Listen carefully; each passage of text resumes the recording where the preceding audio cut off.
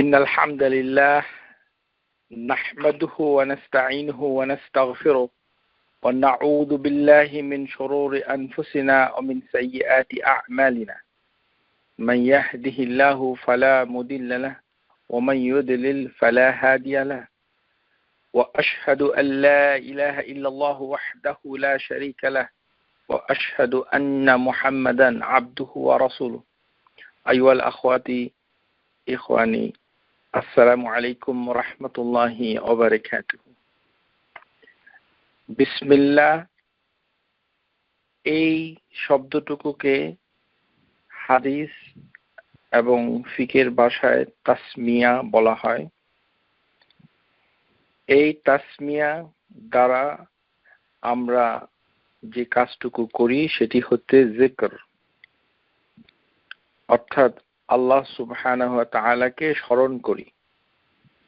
মুমিন সর্বদা আল্লাহর রহমতের ছায়ায় প্রতিপালিত এবং তার জীবনের সকল কিছুই আল্লাহর দান।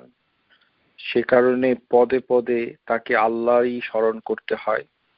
আল্লাহ সুবহানাহু ওয়া তাআলা স্রষ্টা, মালিক, বিধানকর্তা, একমাত্র উপাস্য, আর তার নিকটেই আমাদের জিকির অর্থাৎ তাকে স্মরণ করা অন্তরে, মুখে, কর্মে।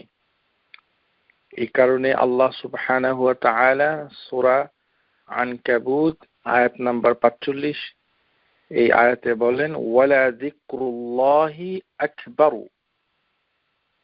প্রিয় শ্রোতা যারা শুনছেন, ওয়ালা যিকরুল্লাহি আকবার, আল্লাহর জিকির হচ্ছে সবচেয়ে বড়।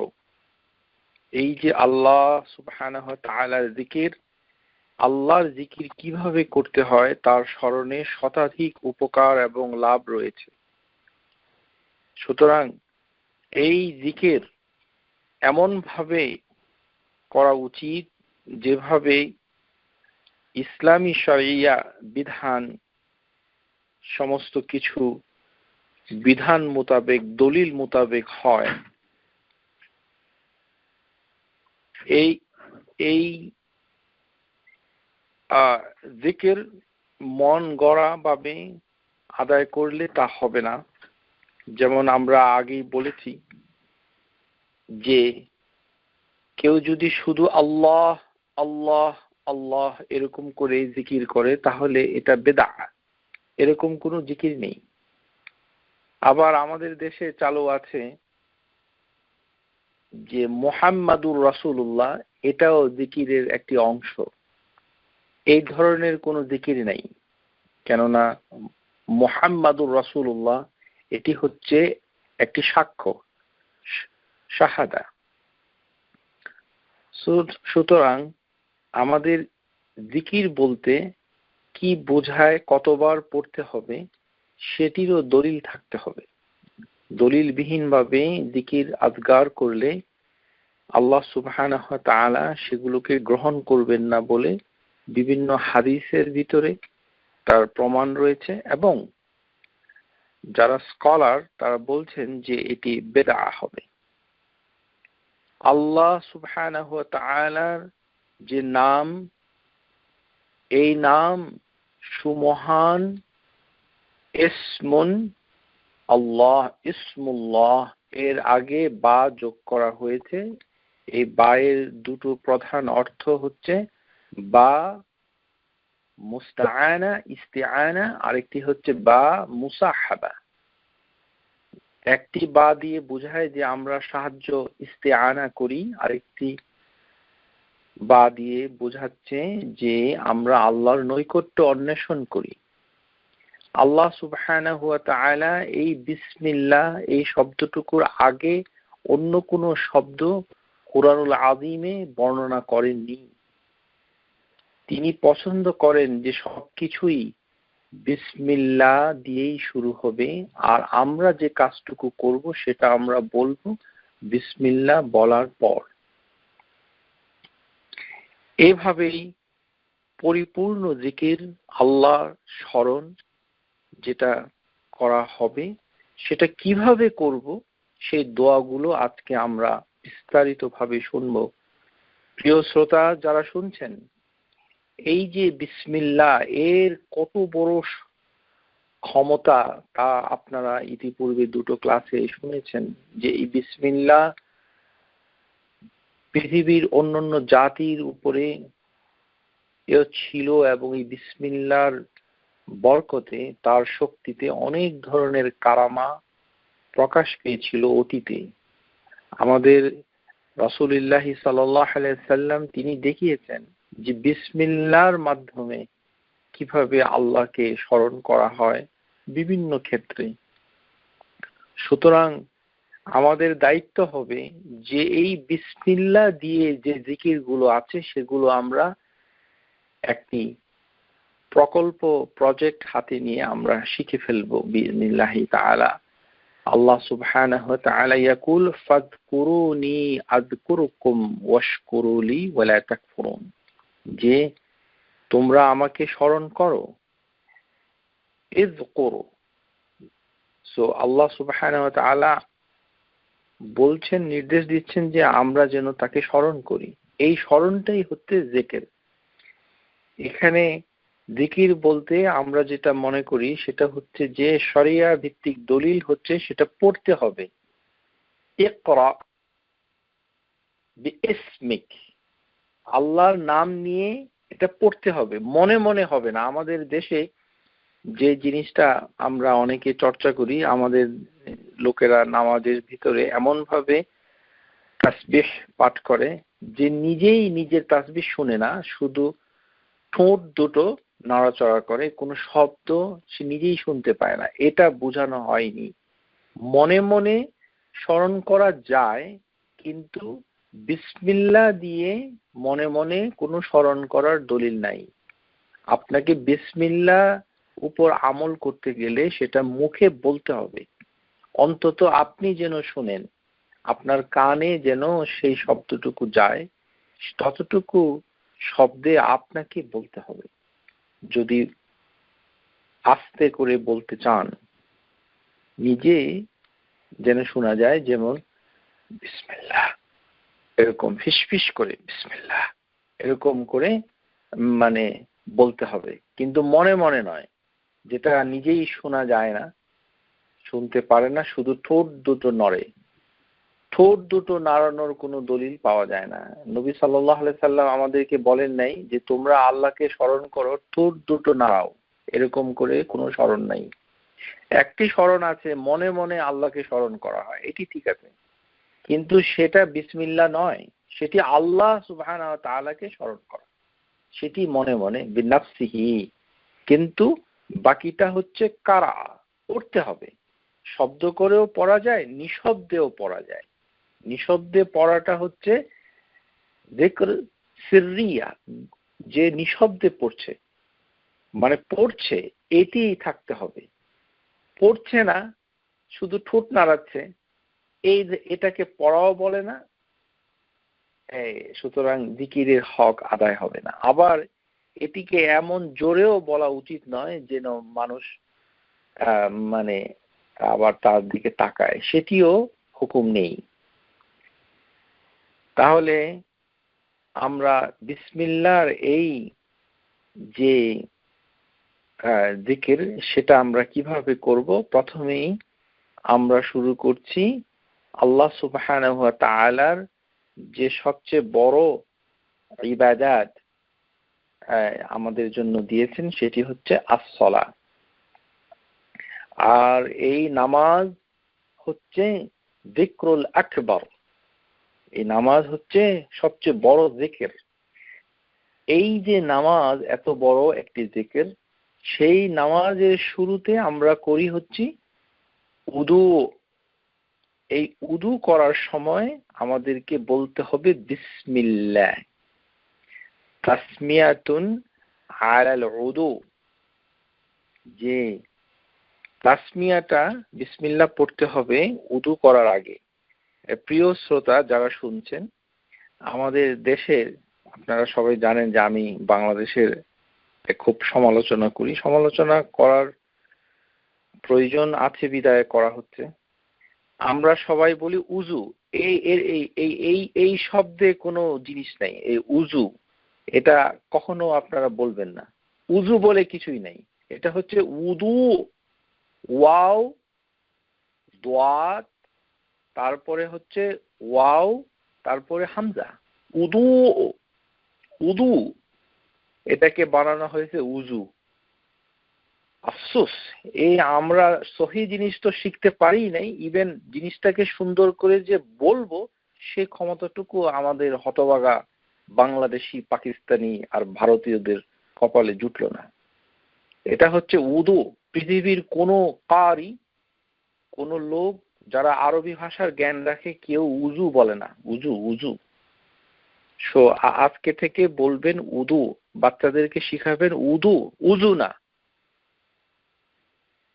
আফসোস। عن أبي هريرة رضي الله عنه قال قال رسول الله صلى الله عليه وسلم لا صلاة لمن لا وضوء له। যে আবু হুরায়রা রাদিয়াল্লাহু তাআলা আনহু থেকে হাদিস বর্ণনা করা হচ্ছে, রাসূলুল্লাহ সাল্লাল্লাহু আলাইহি ওয়াসাল্লাম বলছেন যে যার কোনো উযু নাই তার কোনো নামাজ নাই। ওয়ালা উযু লিমান লাম ইয়াজকুর ইসমাল্লাহি আলাইহি। যে ব্যক্তি উযু করার সময় আল্লাহর নাম স্মরণ করলো না, অর্থাৎ বিসমিল্লাহ পড়লো না, তাসমিয়া। আমরা আগে বলেছি গত ক্লাসে যে বিসমিল্লাহির রহমানির রহিম এইভাবে পড়া যাবে না, এর মধ্যে পার্থক্য রয়েছে। শুধু তাসমিয়া, বিসমিল্লাহ, এই বিসমিল্লাহ বলে আমাদেরকে উযু করতে হবে। আমাদের দেশে, বাংলাদেশে ওরা বলে যে বিসমিল্লাহ বলা মুস্তাহাব। এই ব্যাপারে শেখ আল আলবানী রাহমাহুল্লাহ তাআলা তার পৃথিবী বিখ্যাত কিতাব তামাম আল মিন্নাহ তাখরিজ আহাদিস ফিকহুস সুন্নাহর কিতাবে তিনি বলছেন, ক্বালা শেখ আল আলবানী রাহমাহুল্লাহ উজুবু তাসমিয়াতুন হুয়া মা ইয়াদদালা আলাইহি যাহিরা। যে এই যে বিসমিল্লাহ বলা উজুব, এটি হচ্ছে দলিল দ্বারা প্রমাণিত যে এটি বলা হচ্ছে ওয়াজিব, বলতেই হবে। ওয়ালা দালিলু ইয়াকতাদাল খুরুজ আন জাহিরি ইলাল কাউল বিআন্না আমর লিইস্তিহাব্ব ফাকাত। যে এমন কোন দলিল আসে নাই যেটাকে এটা সাব্যস্ত হচ্ছে যে এটি মুস্তাহাব, এমন কোন দলিল আসেনি। ফাসুবিতা উজুব ওয়া হুয়া মাযহাবু যাহিরিয়া। এক ধরনের মাযহাব আগে, বহু আগে ছিল, তাকে বলা হতো জাহিরি। এবং আরো স্কলার যেমন ইসহাক ও ইহদা রিওয়ায়াতাইন আন আহমদ, ইমাম আহমদ ও ইখতার ও সিদ্দিক হাসান খান ও শাওকানি রাহিমাহুল্লাহুমা। সিদ্দিক হাসান খান আমাদের ভারতবর্ষের একজন স্কলার, এবং শাওকানি ওয়া হুয়াল হাক্কু ইনশাআল্লাহু তাআলা। শেখ আলবানী রাহিমাহুল্লাহ তিনি বলছেন যে বিসমিল্লাহ বলতেই হবে উজুর আগে, কেননা বিসমিল্লাহ বলা ওয়াজিব। বিসমিল্লাহ বলতেই হবে, এটি হচ্ছে শেখ আলবানীর কথা, এবং তিনি সেটা তার কিতাবে উল্লেখ করেছেন। কিছু কিছু স্কলার ওয়াকাদ ইখতিলাফ আল উলামা রাহিমাহুমুল্লাহ হুকুমাহু, কিছু কিছু স্কলার বলেছেন যে এটি ওয়াজিব নয়।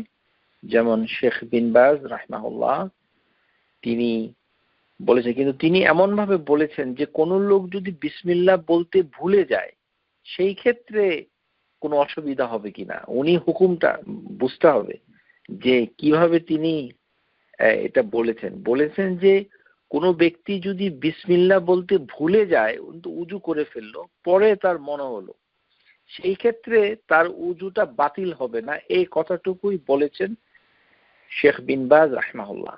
এর মানে এই নয় যে বিসমিল্লাহ বলতে হবে না, বিসমিল্লাহ বলতে হবে উজু করার সময়। তাহলে আমরা শিখলাম, কেননা তিনি তার ফতোয়াতে বলছেন যে এটি একটি ভুল, লিআন্নাহু মা'যুরুন লিল জাহিল নাসিয়ান, যে এটি ভুলে গেছে, এটি ভুল হয়ে গেছে। এখন ভুলে গেলে রব্বানা লা তুআখিযনা ইন নাসিনা আও আখতানা, আল্লাহ সুবহানাহু ওয়া তাআলা মানে ভুল হয়ে যাওয়াটাকে তিনি ক্ষমা করবেন। তাহলে আমরা বুঝতে পারলাম যে উযু করার আগে বলতে হবে বিসমিল্লাহ। বিসমিল্লাহ বলেই উযু করতে হবে। আশা করি সবাই বুঝতে পেরেছেন যে এই যে উযু, এর সাথে দুটি খুব সহজ এবং প্রয়োজনীয় কথা আপনাদের খেদমতে পেশ করছি, যেটা আপনাদের করতে পারবেন সবাই এবং এটাতে আপনাদের সবারই উপকার হবে। সেটি হচ্ছে ঘুমোতে যাওয়ার আগে নতুন করে উযু করার হাদিস রয়েছে, এটি আপনারা করতে পারেন। তাতে অনেক ফজিলত রয়েছে। আমরা ফজিলতের দলিল পেশ করব না সময়ের অভাবে, কিন্তু আমরা দলিল পেশ করছি যে ঘুমোতে যাওয়ার আগে নতুন করে উযু করা, উযু থাকলেও আবারও নতুন করে উযু করা উচিত যদি ওই হাদিসের উপরে আপনারা আমল করতে চান। ওয়াল উযু ক্বাবলা আন-নাওম মিনাল উমুরিল মুস্তাহাব্বাতুন আল্লাতী ইয়ানবাগি আন ইয়াফআলা আল-ইনসান ক্বাবলা আন ইয়ানাম। যে মানুষ যদি ঘুমোতে চায় তাহলে এটা খুব রেকমেন্ডেড। ওয়াকাদ ওয়ারাদ আল-হাদিস ওয়া হুয়া কাউল আন-নবী সাল্লাল্লাহু আলাইহি ওয়াসাল্লাম ইযা আতাইতাল ফিরাশাক ফাতাওয়াদ্দা উযুআক লিস-সালাহ। যে যখন তুমি বিছানায় যাবে তখন নামাজ যেভাবে পড়ো সেই রকম করে একটি উযু করো। এই হাদিস বুখারীতে এসেছে। এই বুখারীর হাদিস নাম্বার 247, মুসলিম 2710। এই হাদিসের ব্যাখ্যায় قال ابن حجر العسقلاني رحمه الله تعالى ظاهر الاستحباب تجديد الوضوء لكل أراد النوم। যে এর অর্থ বুখারীর ব্যাখ্যাকার ইবনে হাজার আসকালান তিনি বলছেন যে এটির অর্থ হচ্ছে যে যার উযু আছে তা সত্ত্বেও ঘুমোতে যাওয়ার আগে নতুন করে উযু করা। ওয়ালাউ কানা আলা তাহিরা, এটি হচ্ছে কথা। আর যদি কেউ এরকমও হতে পারে যে যার কারো উযু ভেঙে গেল, সে আবার নতুন করে উযু করলো। সুতরাং মোদ্দা কথা হচ্ছে যে ঘুমোতে যাওয়ার আগে আপনারা উযু করতে পারেন। এর অনেক ফজিলত রয়েছে, আপনারা ফজিলতের কিতাবগুলো দেখে নেবেন। যে ফেরেশতারা দোয়া করে, মাগফিরাত কামনা করে, ফেরেশতারা দোয়া করে বিছানার পাশে দাঁড়িয়ে চিন্তাই করা যায় না, অথচ ছোট্ট একটি কাজ সহিহ হাদিসের ভিতরে প্রমাণ রয়েছে এবং করার জন্য নির্দেশ রয়েছে। নবী সাল্লাল্লাহু আলাইহি ওয়াসাল্লাম বলছেন, সুতরাং আমরা এটি করব। আরেকটি বিষয় হচ্ছে উত্তর আমেরিকায়, আমি এটা এই সুযোগে বলে নিচ্ছি যে উত্তর আমেরিকায় আমরা যারা থাকি তারা অনেকেই মসজিদে যাই, এবং আমাদের পুরুষদের ভিতরে, মহিলাদের ভিতরে আছে কিনা আমি জানি না, আমার তেমন কোনো অভিজ্ঞতা হয়নি, তবে পুরুষদের ভিতরে একটি বিরাট সংখ্যক পুরুষদের ধারণা যে মসজিদে গিয়ে তারা উযু করবে। প্রিয় শ্রোতা, আপনারা যারা শুনছেন ভালো করে শুনে রাখুন, এদেশে মসজিদের একটু পানি খরচ করা, মসজিদের বাথরুমে গিয়ে একটু লাইট জ্বালানো, এটা তো মসজিদের খরচ হচ্ছে। আপনি কেন মসজিদে গিয়ে উযু করছেন?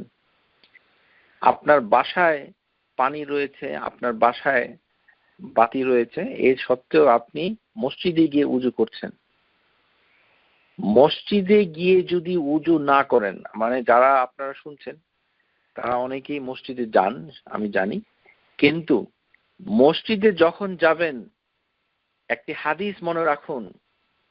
সুবহানাল্লাহ, এই হাদিসে বলা হচ্ছে ক্বালা রাসূলুল্লাহ সাল্লাল্লাহু আলাইহি ওয়াসাল্লাম মান খারাজা মিন বাইতিহি মুতাতাহহিরান ইলা সালাতিল মাকতুবাতিন, যে ব্যক্তি নিজের বাড়ি থেকে বের হবে উযু করে বাড়ি থেকে বের হবে পবিত্র অবস্থায় মসজিদে ফরজ নামাজ আদায় করার জন্য মসজিদে যাবে, সেই ব্যক্তির জন্য পুরস্কার হচ্ছে ফাআজরুহু কাআজরিল হাজ্জিল মুহরিমি, তার অবস্থা হবে যেন ইহরাম অবস্থায় সে হজ করছে।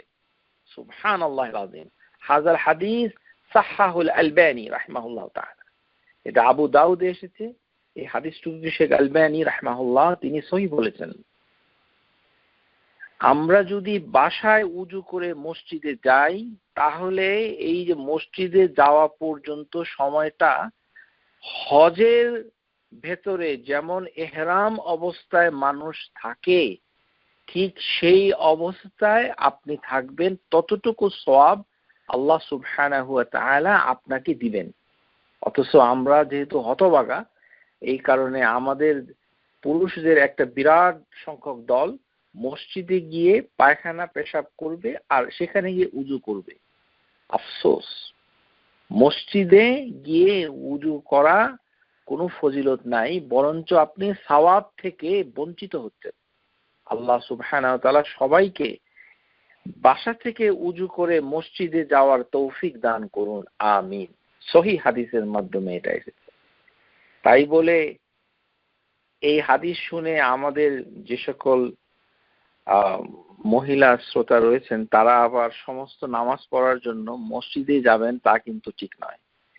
কেননা আপনাকে চিন্তা করতে হবে যে কোন আমল করলে আপনি বেশি সওয়াব পাবেন, সেটা আপনাকে সামনে রাখতে হবে। মেয়েদের জন্য বাসায় নামাজ পড়া হচ্ছে বেশি সওয়াব মসজিদের তুলনায়।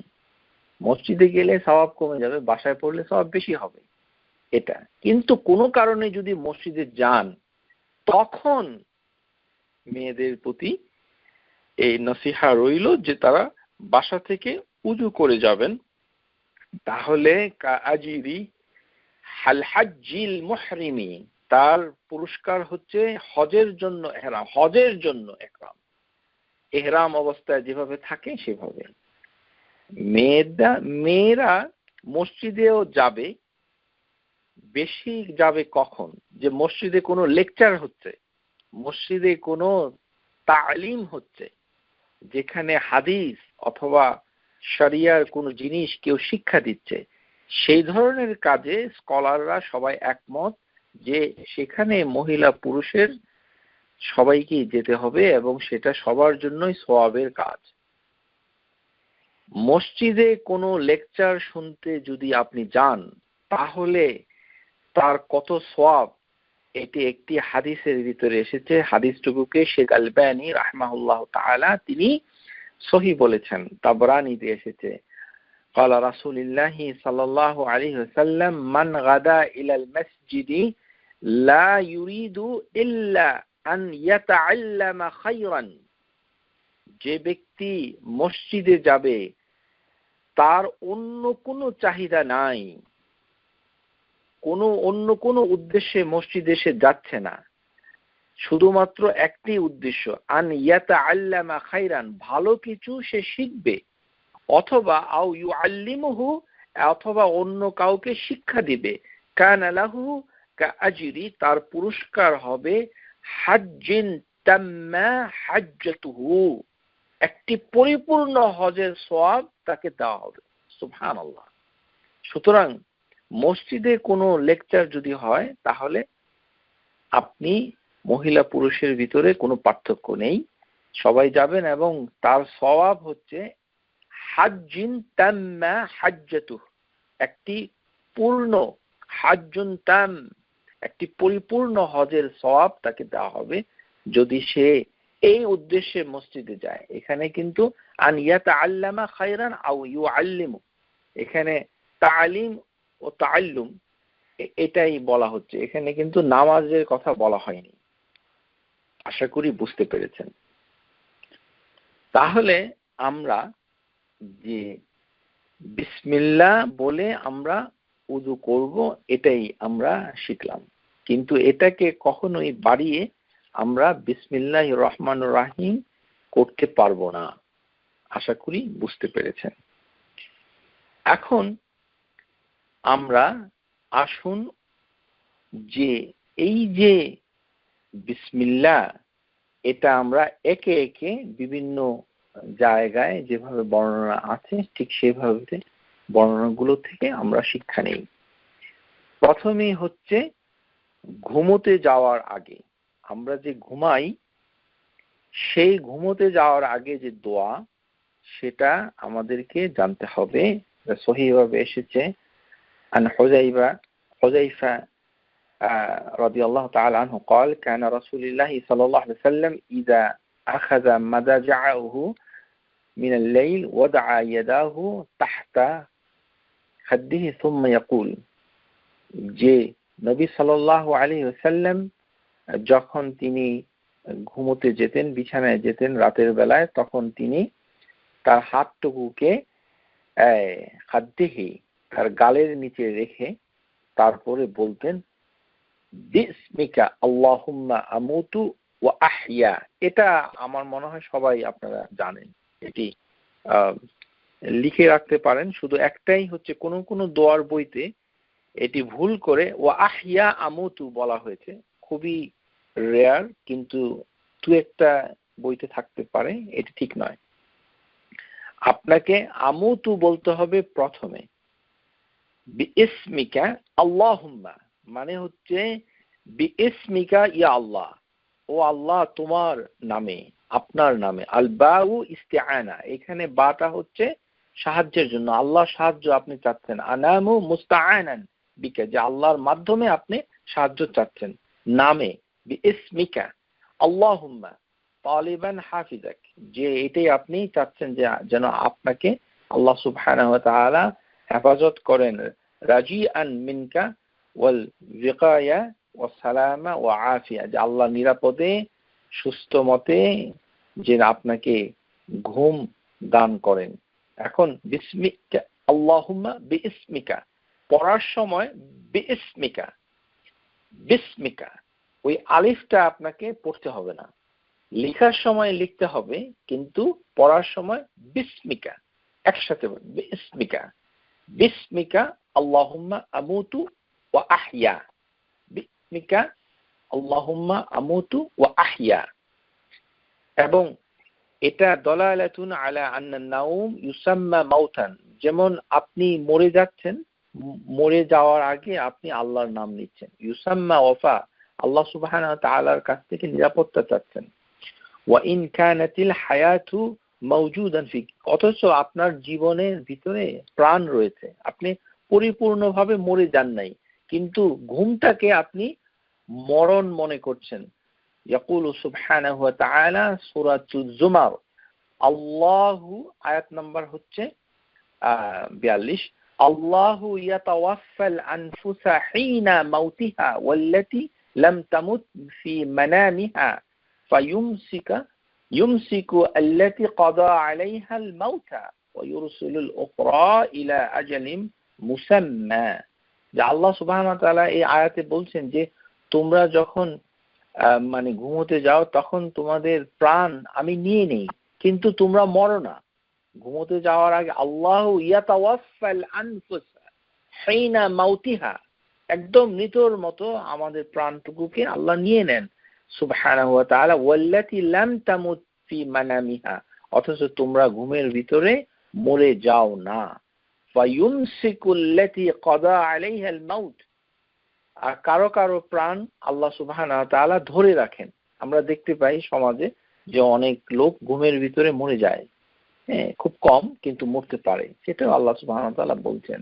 আর যাদের প্রাণকে ছেড়ে দেয় ইউরসিলু উখরা ইলা আজালিম মুসাম্মা, অনির্দিষ্ট কাল পর্যন্ত মানে নির্দিষ্ট কাল পর্যন্ত তার প্রাণটুকু ছেড়ে দেয়। তো এখন থেকে যে এই যে ঘুমের ভিতরে যে দোয়াগুলো রয়েছে এটা বিভিন্ন ভাবে এসেছে, তো ওগুলো বাকি দোয়াগুলো একটু কঠিন, কিন্তু একেবারে এটা মুখস্থ করতেই হবে। বিসমিকা আল্লাহুম্মা আমুতু আহইয়া, বিসমিকা আল্লাহুম্মা আমুতু ওয়া আহইয়া। আরেকটি দোয়া রয়েছে সেটা হচ্ছে ফালিয়াকুল বিসমিকা রব্বি ওয়াদা'তু জানবি ওয়া বিকা আরফাউ ফা ইন আমসাকতা নাফসি ফাআরহিমাহু ওয়া ইন আরসালতাহা ফাআহফাযাহা বিতুহফযু বিইবাদিক সালিহিন। এটাও মানে এসেছে। তো বিসমিকা রব্বি ওয়াদা'তু জানবি ওয়া বিকা আরফাউ ইন আমসাকতা নাফসি ফারহামহা فإن أرسلتها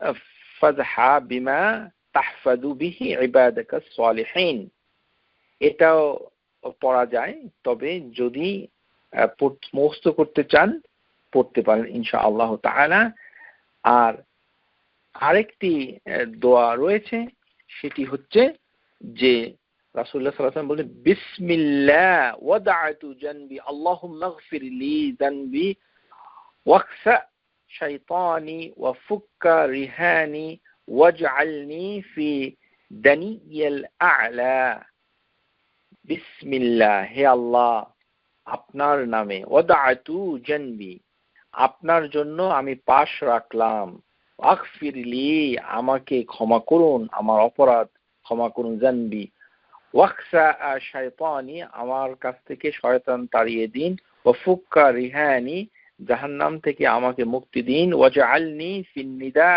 নাদিয়া ফিন্নাদি আল আ'লা আমাকে উচ্চ পরিষদে জায়গায় আমাকে স্থান দিন এই দোয়াটুকু আমরা শিখতে পারি এটা একটু সহজ বিসমিল্লাহ তার মানে আমরা প্রথমে পেলাম বিইসমিকা আল্লাহুম্মা আমুতু ওয়াহইয়া কিন্তু এটাতে কিন্তু বিসমিল্লাহ নাই কিন্তু বিসমিল্লাহর যে দোয়াটা সেটা যদি মুখস্থ করেন তাহলে একদম পরিপূর্ণতা লাভ করবে বিসমিল্লাহ ওয়াদা'তু জানবি আল্লাহুম্মা ইগফিরলি জানবি ওয়া আকসা আশ-শাইতানি ওয়া ফুক্কা রিহানি ওয়া সাক্কিল মিজানি এই যে ওয়াসাক্কিল মিজানি এটা আসলে আরেক বইতে নাই তবে শেখ আলবানী রাহমাহুল্লাহ তাআলা তিনি সহিহ আবি দাউদের ভিতরে এই দুটো শব্দকে সহিভাবে বর্ণনা করেছেন ওয়াসাক্কিল মিজানি ওয়াজআলনি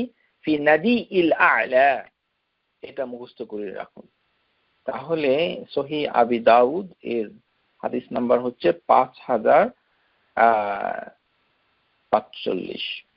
5045 জামে সহিহ জামে এর ভিতরে রয়েছে 4649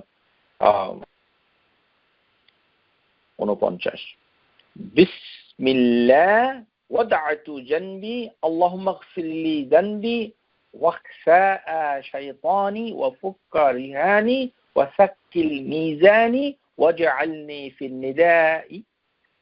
নাদিইল আ'লা অতএব আমরা বিসমিল্লাহ দিয়ে ঘুমোতে যাওয়ার একটি দোয়া শিখে নিলাম ইনশাআল্লাহ তাআলা ঘুমোতে যাওয়ার আগে এই দোয়াটুকু আমরা পড়ার চেষ্টা করব যেটা বিসমিল্লাহ দিয়ে শুরু হয়েছে আর যদি এটা মুখস্থ না থাকে তাহলে বিইসমিকা আল্লাহুম্মা আমুতু ওয়া আহইয়া এটা আমরা পড়ব ইনশাআল্লাহ তাআলা তারপরে যেই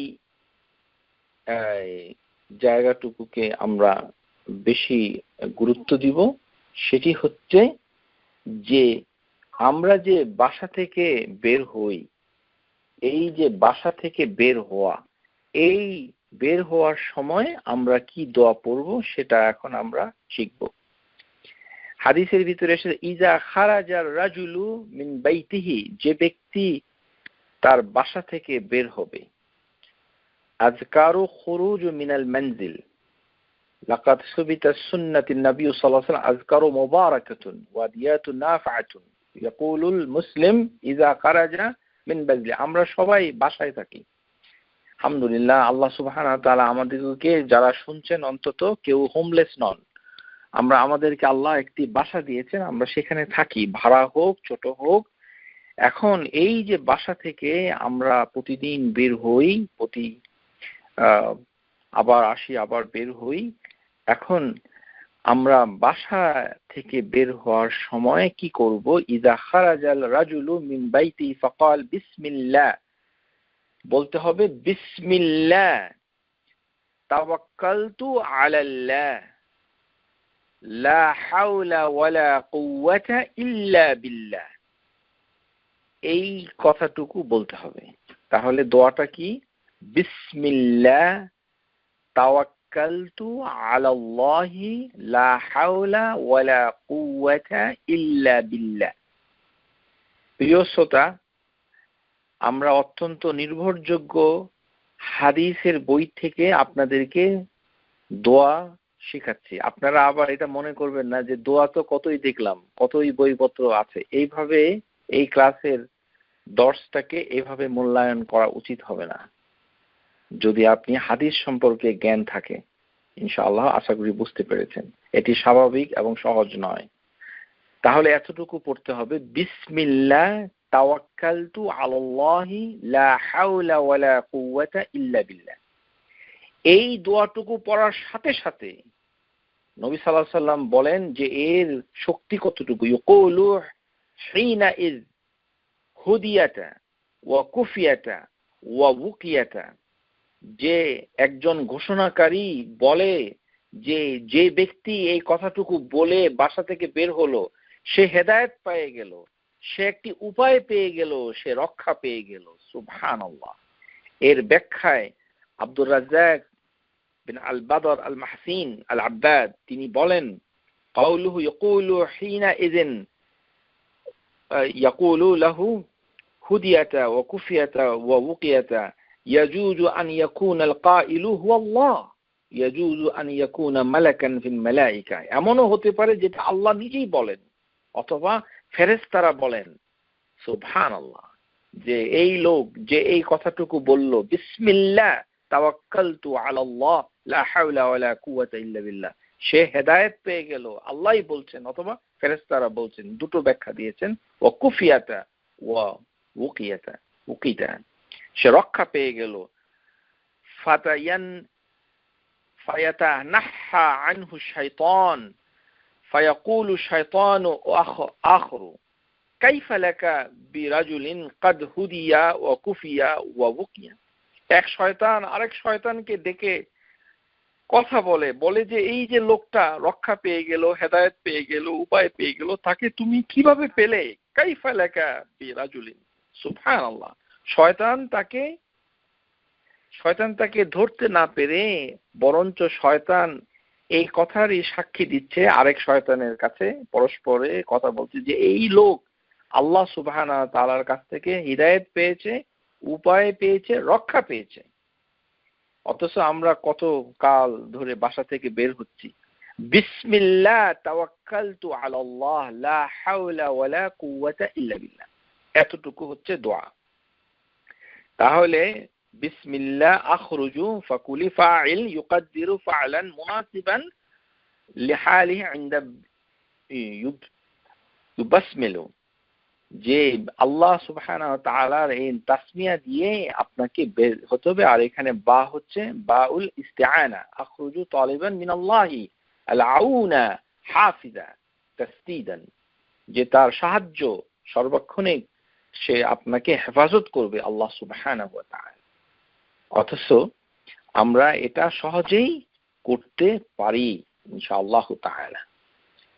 তারপরে আমরা যেই দোয়াগুলো এখন দেখব সেগুলি হচ্ছে যে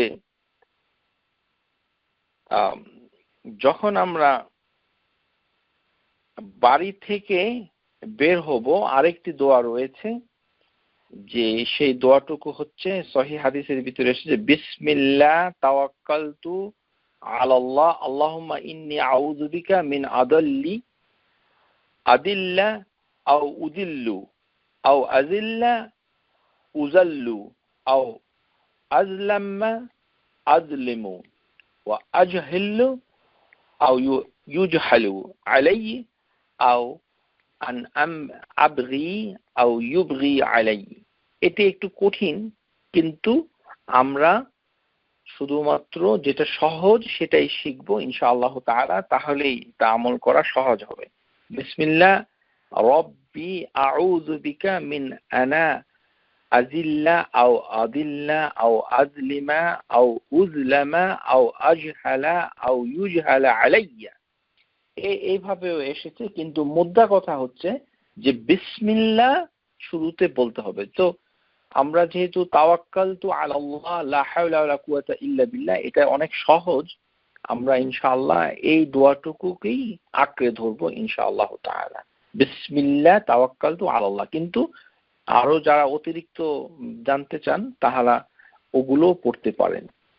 সুতরাং এটা সবার জন্য সহজ হবে ইনশাআল্লাহ। আল্লাহ আমাদের সবার জন্য সহজ করে দিন, আমিন। বিসমিল্লাহ। তাহলে আমরা যখন বাসা থেকে বের হব তখন এই দোয়াটুকু পড়ে বের হব। এখন বাড়িতে আমরা যখন ঢুকব তখন আমরা কি করব? বাড়িতে যখন আমরা ঢুকব তখন আমাদেরকে আবারও যে বিসমিল্লাহ বলতে হবে। আর যিকরু ইনদা দুখুলুল মানজিল, যে বাড়িতে ঢোকার সময়, ইযা দাখালা রাজুলুন বাইতাহু, যে ব্যক্তি বাড়ির ভিতরে প্রবেশ করবে, ফাযাকারাল্লাহু তাআলা ইনদা দুখুলিহি, সে আল্লাহ সুবহানাহু ওয়া তাআলাকে স্মরণ করছে, জিকির করছে, ওয়া ইনদাহু তুআমাহু, সে খাবার খাওয়ার সময়ও আল্লাহকে স্মরণ করছে। ক্বালা শাইতান, শয়তান তখন তাকে বলে, যে কি বলে, লা মাবিতা লাকুম ওয়ালা আশা, যে এই বাড়িতে আমি আর থাকতে পারবো না, এই বাড়িতে আমার জন্য কোনো খানা নেই।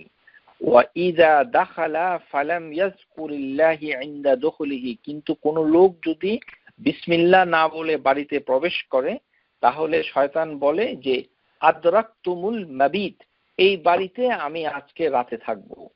ওয়া ইযা লাম ইযকুরিল্লাহি ইনদা তুআমিহি, আর সে যখন খাবার খাওয়ার আগে বিসমিল্লাহ না বলে তখন শয়তান বলে আদরাকতুমুল মাবিতা ওয়া আশা। তাহলে বাসায় ঢোকার সময় বিসমিল্লাহ যদি না বলেন তাহলে শয়তান কিন্তু আপনার বাসায় থাকবে। এটাই হচ্ছে সবচেয়ে বড় সমস্যা। শয়তান বাসায় যদি রাত যাপন করে তাহলে ঘরের ভিতরে নানান ধরনের অশান্তি, বরকত নষ্ট হয়ে যায়, অশান্তি সৃষ্টি হয়। আর যদি আপনি মানে খাওয়ার আগে যদি বিসমিল্লাহ না বলেন তাহলে শয়তান আপনার সাথে খায়। এখন এই যে শয়তান, এই শয়তান আপনাকে মাহফুজ মানে হেফাজত করতে পারবে না, কেননা শয়তান আপনাকে ধোঁকা দিবে এবং আপনাকে সমস্যা তৈরি করবে। এই কারণে আল্লাহ সুবহানাহু ওয়া তাআলা বলছেন, ইয়াকুল ওয়ামান ইউশিক আন যিকরির রহমান নুকাইয়িদ লাহু শাইতান ফাহুয়া লাহু কারিন, যে আল্লাহ জিকির থেকে যদি আপনি অন্যদিকে চলে যান তাহলে আল্লাহ সুবহানাহু ওয়া তাআলা আপনার পিছনে একটি শয়তান লাগিয়ে দিবেন, যার নাম হচ্ছে কারিন। তো এখন আমরা এই যে বাড়ি থেকে যখন ঢুকবো তখন আমরা সবাই চেষ্টা করব যে বিসমিল্লাহ বলে যেন আমরা বাসার ভিতরে ঢুকি। এটি হচ্ছে সবচেয়ে বেশি উত্তম। আরেকটি করতে হবে কি, সালাম দিয়ে ঢুকবো। সালাম প্রথমে হবে বিসমিল্লাহ, তারপরে আপনি ঘরে প্রবেশ করে তারপরে আসসালামু আলাইকুম বলবেন যারা ঘরের ভিতরে থাকে। আনাস রাদিয়াল্লাহু আনহু قال রাসূলুল্লাহ সাল্লাল্লাহু আলাইহি ওয়াসাল্লাম, ইয়া বুনাইয়া ইযা দাখালতা আলা আহলিক, হে আমার সে ছেলে, তুমি যখন বাসায় প্রবেশ করবে, ফাসাল্লিম, তুমি সালাম দাও, ইয়াকুনু বারাকাতান আলাইক, কেননা এই সালামে রয়েছে বরকত, ওয়া আলা আহলি বাইতিক, এবং তোমার বাসায় যারা থাকে তাদের সবার জন্য বরকত। আর এটি আল্লাহ সুবহানাহু ওয়া তাআলা কোরআনুল আযীমের ভিতরেও বলেছেন যে যখন তোমরা ঘরে প্রবেশ করো তখন তোমরা মানে গৃহবাসীকে সালাম দাও। এটা কোরআন। ফাইজা দাখালতুম বুয়ুতান ফাসাল্লিমু আলা আনফুসিকুম তাহিয়াতান মিন ইনদিল্লাহ মুবারাকাতান তাইয়্যিবা, সূরা নূর। তাহলে আমরা যখনই বাসায় প্রবেশ করব তখন বলবো বিসমিল্লাহ, তারপরে দিব সালাম, আসসালামু আলাইকুম। যারা বাসায় সালাম দিয়ে প্রবেশ করে তাদের আল্লাহ সুবহানাহু ওয়া তাআলা জামিন হয়ে যান। জামিন মানে তাদের জামিন মানে রক্ষক হয়ে যান। সালাসাতুন কুল্লুহুম দামিনুন আলাল্লাহি ইন আশা রুজকি ওয়া কুফিয়া ওয়া ইন মাতা আদখালাহুল্লাহুল জান্নাহ, যে ব্যক্তি তিনটি কাজ করবে আল্লাহ সুবহানাহু ওয়া তাআলা তার জামিন হয়ে যান। আর তার জামিন হলে আল্লাহ সুবহানাহু ওয়া তাআলা তার জন্য রিজিকের ব্যবস্থা করেন, তার জন্য যথেষ্ট হয়ে যান। আর সে যদি জামিন অবস্থায় মারা যায় তাহলে জান্নাতে প্রবেশ করবে।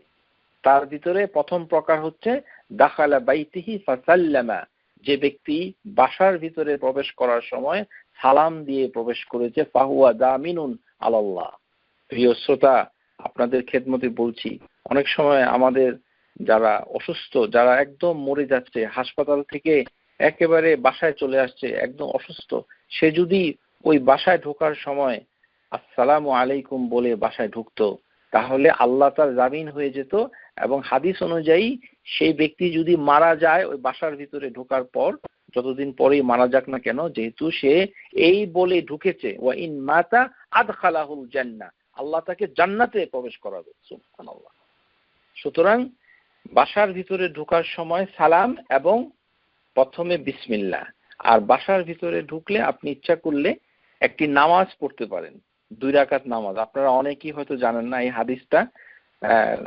শেখ আলবানী সিলসিলাতুল আহাদিস সহিহার ভিতরে বলেছেন 1332 যে বাসায় ভিতরে প্রবেশ করার পরে একটি নামাজ। আমরা সবাই জানি যে মসজিদের ভিতরে প্রবেশ করলে একটা নামাজ আছে, কিন্তু আরেকটি নামাজ 2 রাকাত বাসায় ঢুকলে নামাজ। সুবহানাল্লাহ। আবার বাসা থেকে বের হওয়ার সময় 2 রাকাত, সালাতু রাকাতাইন ইনদা দুখুলু ওয়াল খুরুজু মিনাল মানজিল। ইযা ক্বালা নবী সাল্লাল্লাহু আলাইহি ওয়াসাল্লাম ইযা খারাজাত মিন মানজিলাক ফাসাল্লা রাকাতাইন ইয়ামনা'নাক মিন মাখরিজিল সিওয়া ওয়া ইযা দাখালাত ইলাল মানজিল ফাসাল্লি রাকাতাইন মানা'আক মিন মাদখুলিল সিওয়া। যে তোমরা যখন বাসা থেকে চলে যাও বাইরে তখনও 2 রাকাত নামাজ পড়তে পারো, আর যখন বাসার ভিতরে প্রবেশ করো তাহলে 2 রাকাত নামাজ পড়া যায়। মানে বাসার ভিতরে ঢুকে 2 রাকাত নামাজ আমরা অনেকেই জানি না, কিন্তু সহিহ হাদিসের ভিতরে এটি আছে। আল্লাহ আমাদের সবাইকে আমল পড়ার তৌফিক দান করুন। বাসায় ঢোকার পরে 2 রাকাত। আমরা এতদিন জেনে এসেছি যে মসজিদে প্রবেশ করলে 2 রাকাত। এখন দেখছি আরেকটি হাদিস পাওয়া গেল, সেটি হচ্ছে বাসার জন্য 2 রাকাত, বাসা থেকে বের হওয়ার জন্য 2 রাকাত। আল্লাহ আমাদের সবাইকে এই হাদিসের উপরে আমল করার তৌফিক দান করুন, আমিন। এখন এই যে সালাম আমরা দিব বাসার ভিতরে, এই যে সালাম দিব বাসার ভিতরে যদি কেউ না থাকে তাহলে কিভাবে সালাম দিব? এখানে আবার বাংলাদেশি কিছু হুজুর তারা আবার নতুন জিনিস বের করেছেন গবেষণা করে। সেটা কি, বাসার ভিতরে বলতে হবে আসসালামু আলাইকুম। আরে বাসার ভিতরে তো কেউ নাই, আসসালামু আলাইকুমটা কোথা থেকে আসলো? বলে কি ফেরেশতাদেরকে দেই। মানে উনি গবেষণা করে বের করেছেন যে বাসার ভিতরে মানুষ না থাকলে সেখানে ফেরেশতা থাকে। আউযু বিল্লাহি মিনাশ শাইতানির রাজিম। এই ধরনের দলিল ছাড়া আন্তাজে মনের খুশিতে এই ধরনের মানে হুকুম বর্ণনা করা অত্যন্ত গর্হিত কাজ। আমরা জানি না সেটা আমরা প্রথমে স্বীকার করি নেই, কেননা এই হাদিসগুলো আমাদের দেশে ভালো করে পৌঁছে নাই। বাসার ভিতরে কিভাবে সালাম দিতে হবে যদি বাসার ভিতরে কেউ না থাকে সেটা আজকে আমরা শিখব ইনশাআল্লাহ তাআলা। লিখে রাখুন, আসসালামু মিম্মান দাখাল বাইতান লাইসা ফি আহাদিন। বাড়ির ভিতরে কেউ নেই, সেই বাড়িতে সালাম দিব কিভাবে? এই হাদিসটুকুকে শেখ আলবানী রাহিমাহুল্লাহ তাআলা সিলসিলাতুল আহাদিস দাঈফিয়ার ভিতরে আলোচনা করেছেন। এটি আসলে একটি আসার।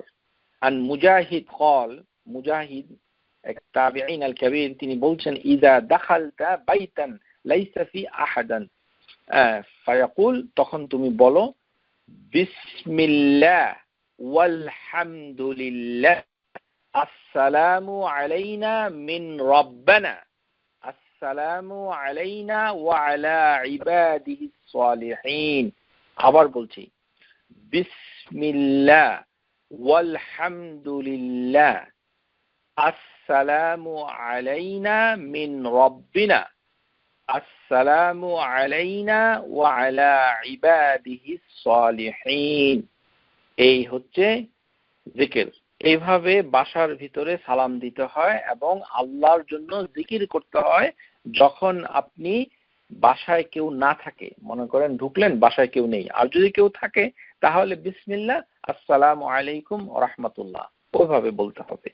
আন ইবনে ওমর রাদিয়াল্লাহু তাআলা আনহু قال, এটি বুখারীতে এসেছে, সহিহ আদাবুল মুফরাদ হাদিস নাম্বার 1055, ইযা দাখালতাল বাইত গায়রুল মাসকুন, যদি কোনো বাসায় তোমরা প্রবেশ করো যেখানে কোনো বসবাসকারী নেই বা বাসাটা নির্জন, কেউ নেই, ফালিয়াকুল আসসালামু আলাইনা ওয়া আলা ইবাদিল্লাহিস সালিহিন, যে আমাদের প্রতি সালাম এবং আল্লাহর যে ইবাদুল্লাহ, আল্লাহর বান্দারা যারা সালিহিন তাদের প্রতিও সালাম।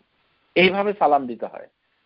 আর আমরা একটা কি ব্যাখ্যা বের করেছি বাংলাদেশে, এই সকল বাংলাদেশের কাহিনী বললে রাত ফুরিয়ে যাবে। দলিলবিহীন ভাবে এভাবে মানুষকে বিভ্রান্ত করা একেবারেই গর্হিত কাজ।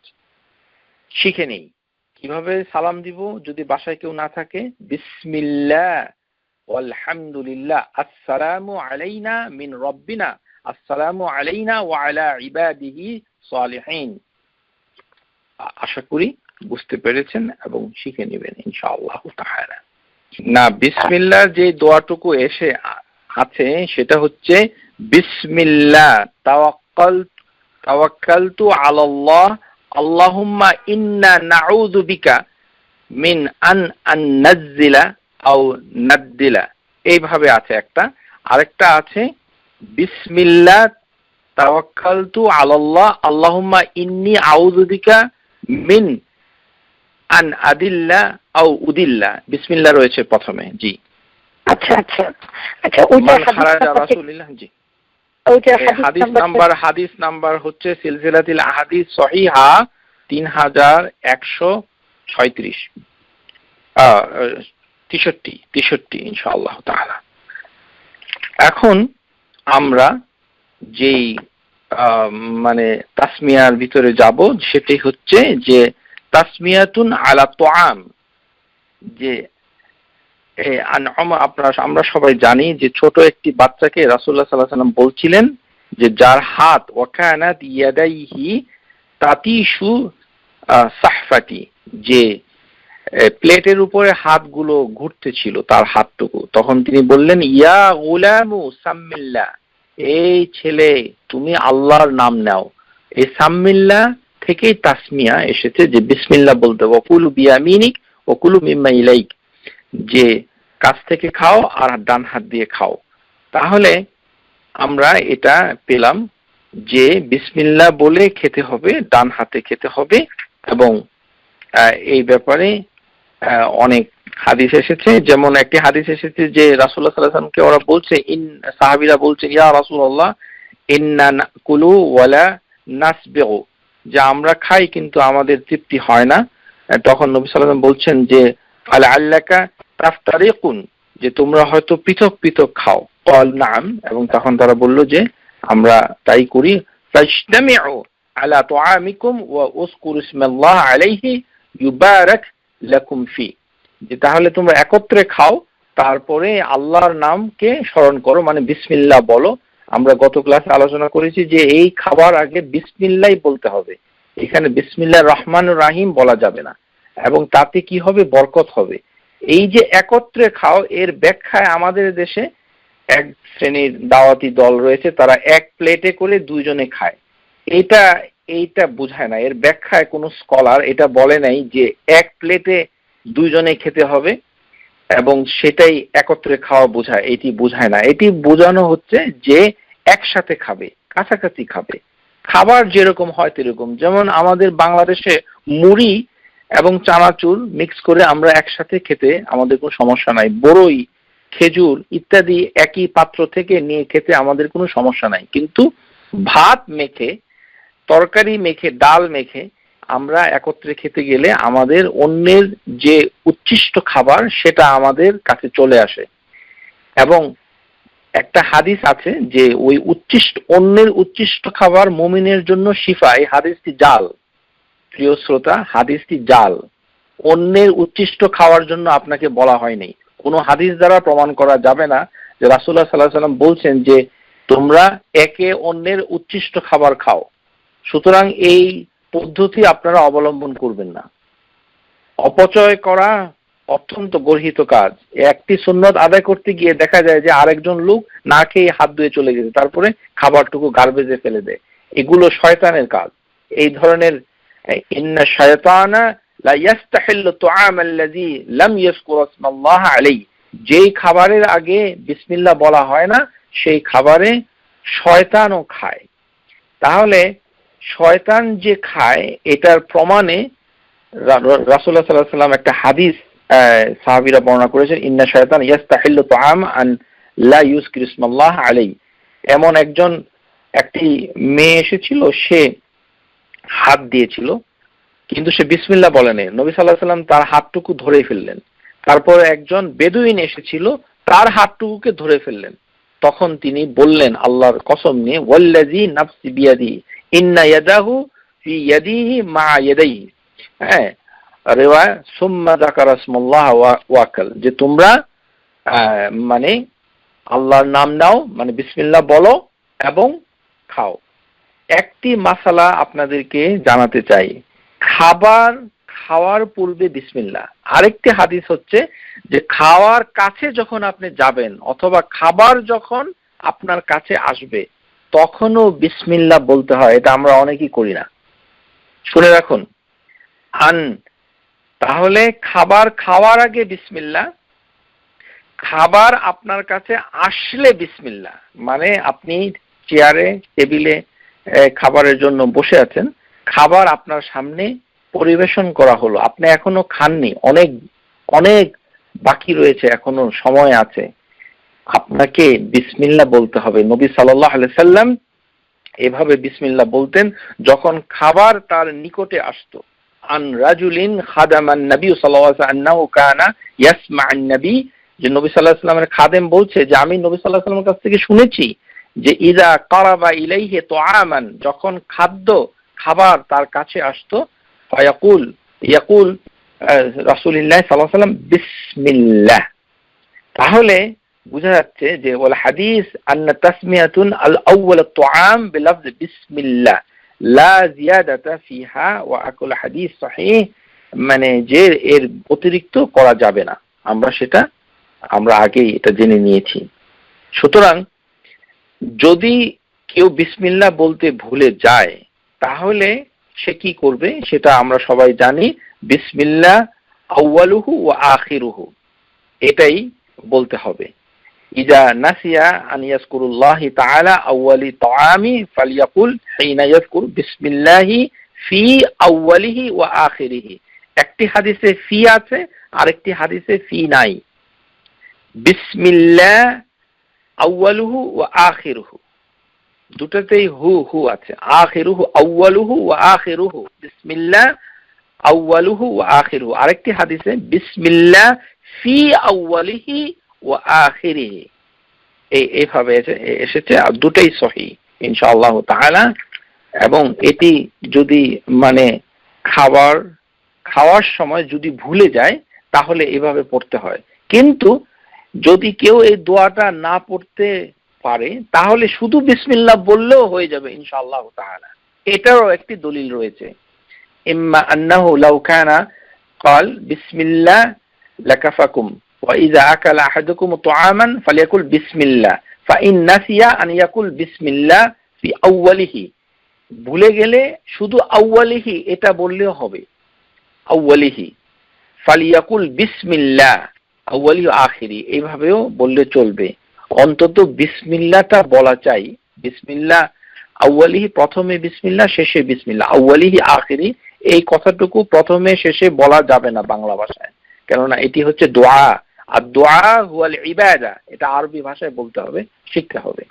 কিন্তু একটি হাদিস রয়েছে যে নবী সাল্লাল্লাহু আলাইহি ওয়াসাল্লাম একটি লোককে একেবারে শেষ লোকমা দেওয়ার আগ পর্যন্ত তিনি দেখতেছিলেন, তখন সে বলল বিসমিল্লাহ, তখন শয়তান বমি করে দিল। এই হাদিসটুকু দুর্বল, সহিহ নয়, এটা বর্ণনা করবেন না। কেননা ওই হাদিসের ভিতরে দুইটা ত্রুটি রয়েছে। একটি হচ্ছে হাদিসটি সহিহ না, আরেকটি হচ্ছে শেষ লোকমা থাকা অবস্থায় ওই লোকটি বলছে বিসমিল্লাহ, ওই লোকটি বলতে হবে বিসমিল্লাহ আউয়ালুহু ওয়া আখিরুহু। শেষ লোকমা থাকা। সুতরাং দুটি ভুল, ওই কারণে এই হাদিসটাও ভুল, বর্ণনা করবেন না। আমাদের সমাজে ভীষণ প্রচলিত। শয়তান এখানে বমি করে কিনা সেটা আমাদের জানা নাই।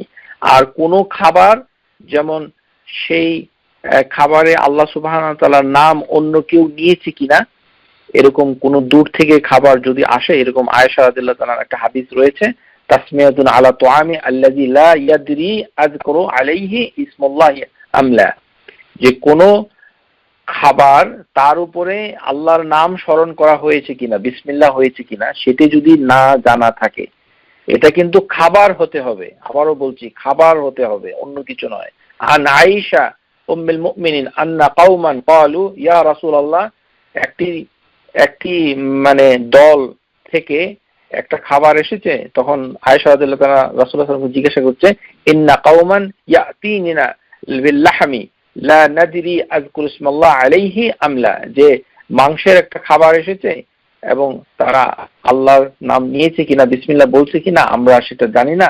ফাকাল রাসূলুল্লাহ সাল্লাল্লাহু আলাইহি ওয়াসাল্লাম সাম্মুল্লাহি আলাইহি ওয়া কুলু, যে আল্লাহর নাম নাও এবং খাও। সহিহ বুখারী হাদিস নাম্বার 2057 ইনশাআল্লাহ তাআলা। তারপরে আমরা যখন পান করব, তখন কিভাবে পান করব? তখনও কিন্তু বিসমিল্লাহ, এই হাদিসটুকু সহিহভাবে এসেছে, কানা রাসূলুল্লাহ সাল্লাল্লাহু আলাইহি ওয়াসাল্লাম ইয়াশরাবু ফি সালাসাতি আনফাস, তিনটি দমে তিনি পান করতেন, তিন ভাবে, মানে প্রথমে অল্প অল্প করে পান করতেন। ইজা আদনাল ইনাআ ইলা ফাহমিহি সাম্মাল্লাহ তাআলা, যখনই তিনি পাত্রে মানে মুখ দিতেন, তখনই তিনি বলতেন, পাত্রের কাছে মুখ দেওয়ার সময় তিনি বলতেন বিসমিল্লাহ, তার মানে পান করার ঠিক আগে তিনি বিসমিল্লাহ বলতেন। ওয়া ইজা আখারা হামদালিল্লাহি তাআলা, তারপর আলহামদুলিল্লাহ বলতেন। ইয়াফআলু যালিক সালাসা মাররাতিন, এবং তিনি এভাবে তিনবার বলতেন। যদি কেউ এভাবে খেতে চান, আমাদের অনেকেরই খাওয়ার এরকম ধৈর্য নাই, কিন্তু প্রত্যেকবারই বিসমিল্লাহ, তারপরে আলহামদুলিল্লাহ, প্রত্যেকবারই বিসমিল্লাহ আলহামদুলিল্লাহ, মানে এক গ্লাস পানিকে আপনি তিন ভাবে খেতে পারেন যদি কেউ চেষ্টা করেন। আল্লাহ সুবহানাহু ওয়া তাআলা মানে আমাদের তৌফিক দান করুন, আমিন। কিন্তু যেটা মানে বিসমিল্লাহ সেভাবে বলতে হবে, সেটি যে কোনো পানীয় হোক না কেন, ইফতারের সময় আপনাকে বিসমিল্লাহ বলতে হবে, এখানে অন্য কোনো দোয়া নেই। কারণ যে দোয়াটা আমরা সহিভাবে জানি, যাহাবাত যামাউ ওয়াবতাল্লাতিল উরুক ওয়া সাবাতাল আজরু ইনশাআল্লাহ, এটি হচ্ছে পান করার পর, খাবার খাওয়ার পর, খাওয়ার শুরুতে নয়। কানা রাসূলুল্লাহ ইজা আফতারা, যখন তিনি ইফতার করতেন তারপরে তিনি বলতেন। সুতরাং এটি ইফতারের সময়ও বিসমিল্লাহ বলতে হবে, ওই জমজমের পানি খাওয়ার সময় ওই একই জিনিস বিসমিল্লাহ বলতে হবে। সুতরাং অন্য কিছু বলা যাবে না এবং সহি নয়। ইনশাআল্লাহ আল্লাহ সবাইকে আমাদের এটি শিখার তৌফিক দান করুন, আমিন। এখন আসুন যে আমরা যে কাপড় খোলার সময় আমরা কি বলবো, বাসার ভিতরে কাপড় খোলার সময় আমরা আবারও বিসমিল্লাহ বলবো। ইজা ইয়াকুলু ইজা ওয়াদা সাওবাহু লিনাউমি ওয়া নাহওয়া, যে যখনই আমরা ঘুমোতে যাওয়ার আগে অথবা অন্য কোনো বাথরুমে গিয়ে আমরা গোসল করার সময় যখন কাপড় খুলে ফেলবো, অথবা ঘুমোতে যাওয়ার আগে যখন কাপড় খুলবো, কাপড় খোলার সময় আমাদেরকে বলতে হবে বিসমিল্লাহ। এটি বললে কি হবে? সেটি হচ্ছে শয়তান, যে জিন শয়তান আছে, জিন, এই জিন শয়তানের বদ নজর থেকে, তাতে বোঝা যাচ্ছে যে সব জিনের বদ নজর হয় না, কিছু জিনের বদ নজর হয়। সেই বদ নজর থেকে আপনার যে মানে আওরাত, মানে আপনার যে গোপন অঙ্গগুলো, সেগুলোকে একটি ঢাকা পড়ে যাবে। যখন আপনি কাপড় খুলবেন, তাতেও ওই বদ নজর, ওদের জিনের বদ নজর আপনার প্রাইভেট পার্টে আসতে পারবে না কাপড় খুলে ফেললে, যদি আপনি বিসমিল্লাহ বলেন। হাদিস হচ্ছে হাদিস তাবরানী সিলসিলাতুল জামিউস সগীর হাদিস নাম্বার 3610 সিত্রু মা বাইনা আয়ুনিল জিন্নি ওয়া আওরাতি বনি আদম ইযা ওয়াদা আল আহাদুকুম সাওবাহু আন ইয়াকুল বিসমিল্লাহ, যে জিনের বদনজর আর আওরাতে বনি আদম এই দুটার ভিতরে একটি পর্দা হয়ে যায় যখন মানুষ কাপড় খুলে ফেলে বলে বিসমিল্লাহ। এই হাদিসটুকু সহিহ, শুধু বিসমিল্লাহ বললেই হবে। এখন আরেকটি হাদিস রয়েছে, সেখানে বিসমিল্লাহর সাথে অতিরিক্ত আরেকটু কথা রয়েছে, সেটিও আপনারা শিখে নিতে পারেন। বাব মা ইয়াকুলু ইযা খালাআ সাওবাহু লিগুসলি, গোসল করার সময় আলাদাভাবে একটি হাদিস এসেছে। আর-নাওমি, একই কথা, মানে এখানে যে কথা বলেছে সেটাই, কিন্তু এখানে অতিরিক্ত যেটা এসেছে সেটা হচ্ছে আন্না রাজুলু মুসলিমু ইযা আরাদা আন ইয়াতরাহা সিয়াবাহু বিসমিল্লাহ আল্লাযী লা ইলাহা ইল্লাহু। তার মানে এতটুকু আপনি আবার বলতে পারেন, বিসমিল্লাহ আল্লাযী লা ইলাহা ইল্লাহু। এই হাদিস হচ্ছে সহিহ, আখরাজাহু ইবনে সুন্নি। এটি তবে এটি কোন স্কলার বলেছে যে এটি দুর্বল। সুতরাং শুধু বিসমিল্লাহ যদি আপনি বলুন তাহলেই এটি সহিহ। সুতরাং এই হাদিসটুকু থেকে আমরা যেটা বলতে চাচ্ছি সেটা হচ্ছে শুধু বিসমিল্লাহ বললেই আমরা নিরাপদে থাকবো, কারণ এতটুকু সহিভাবে এসেছে, এতে কোনো দুর্বলতা নেই। এখন আসুন যে আমরা যে মানে যে রাতের বেলা যখন আমরা স্বামী স্ত্রীর ভিতরে ইন্টিমেসি যখন হয় তখন আমরা কি বলবো, সেই ক্ষেত্রে প্রথমেই বলতে হবে বিসমিল্লাহ। এটি হচ্ছে মানে সুন্নাহ, হাদিসের ভিতরে এটি এসেছে। ইউস্তাহাব্বুল আউওয়াল লিল মুসলিম ইনদা দুখুলুল খালাই আন ইয়াকুল বিসমিল্লাহ, বিসমিল্লাহ। আর যখন আমরা বাথরুমে প্রবেশ করব, মানে আমাদের টয়লেটে প্রবেশ করব, তখনও বলতে হবে বিসমিল্লাহ। আমরা অনেকেই আল্লাহুম্মা ইন্নী আউযু বিকা মিনাল খুবসি ওয়াল খাবাইস, এটা আমরা অনেকেই জানি, কিন্তু বিসমিল্লাহটা পড়ি না। অথচ হাদিসের ভিতরে এসেছে বিসমিল্লাহ, তারপরে বাকিটুকু বিসমিল্লাহ। সো প্রথমে হবে বিসমিল্লাহ আল্লাহুম্মা ইন্নী আউযু বিকা মিনাল খুবসি ওয়াল খাবাইস। তো এই যেমন হাদিসের ভিতরে এসেছে, হাদিসটা হচ্ছে ফাতহুল বারি, এখানে ব্যাখ্যায় লিখেছেন ইজা দাখালতুমুল খালা, যখন তুমি টয়লেটে প্রবেশ করো, ফায়াকুলু বিসমিল্লাহ আউযু বিল্লাহি মিনাল খুবসি ওয়াল খাবাইস। এইটা যদি আমরা বলি তখন কি হবে, যে আমরা আমাদের যে আওরা সেটি বদ নজর, মানে জিনের বদ নজর থেকে একটি পর্দা হয়ে যাবে, জিন আমাদের আওরাতকে দেখতে পাবে না। বিসমিল্লাহ বললে এটা হয়ে যাবে। তারপরে খুবসি ওয়াল খাবাইস, যে খবিসার জামা খাবাইস, যে মানে শয়তান থেকে আমাদেরকে আশ্রয় প্রার্থনা করার জন্য মানে দোয়া করা হচ্ছে, এটা আমরা সবাই জানি। শুধুমাত্র বিসমিল্লাহ টুকু আমরা যোগ করে নিব ইনশাআল্লাহ তাআলা। তারপরে আমরা এখন যেই দোয়াটুকু এখন শিখবো ইনশাআল্লাহ তাআলা, সেটি মসজিদে ঢোকার সময় যে দোয়া। মসজিদে ঢোকার সময় অনেকগুলো দোয়া রয়েছে। একটি দোয়া হচ্ছে ফাতিমা থেকে বর্ণিত, সুবহানাল্লাহ। একটি যারা ফাতিমা রাদিয়াল্লাহু তাআলা আনহার ভক্ত, তাদের খেদমতে বলছি, যে যিনি বর্ণনা করেছেন তার নামও ফাতিমা, কিন্তু সে হচ্ছে হুসাইনের মেয়ে, আর হুসাইনের মা সে হচ্ছে ফাতিমাতুল জাহরা। আন ফাতিমা বিনতু আল হুসাইন আন ফাতিমা বিনতুন নবী সাল্লাল্লাহু আলাইহি ওয়াসাল্লাম قالت, ফাতিমা হাদিস বর্ণনা করেছে, সুবহানাল্লাহ বিহামদিহি, قال لي رسول الله রাসূলুল্লাহ সাল্লাল্লাহু আলাইহি ওয়াসাল্লাম আমাকে বলেছেন, ইজা দাখালতি কাউলি,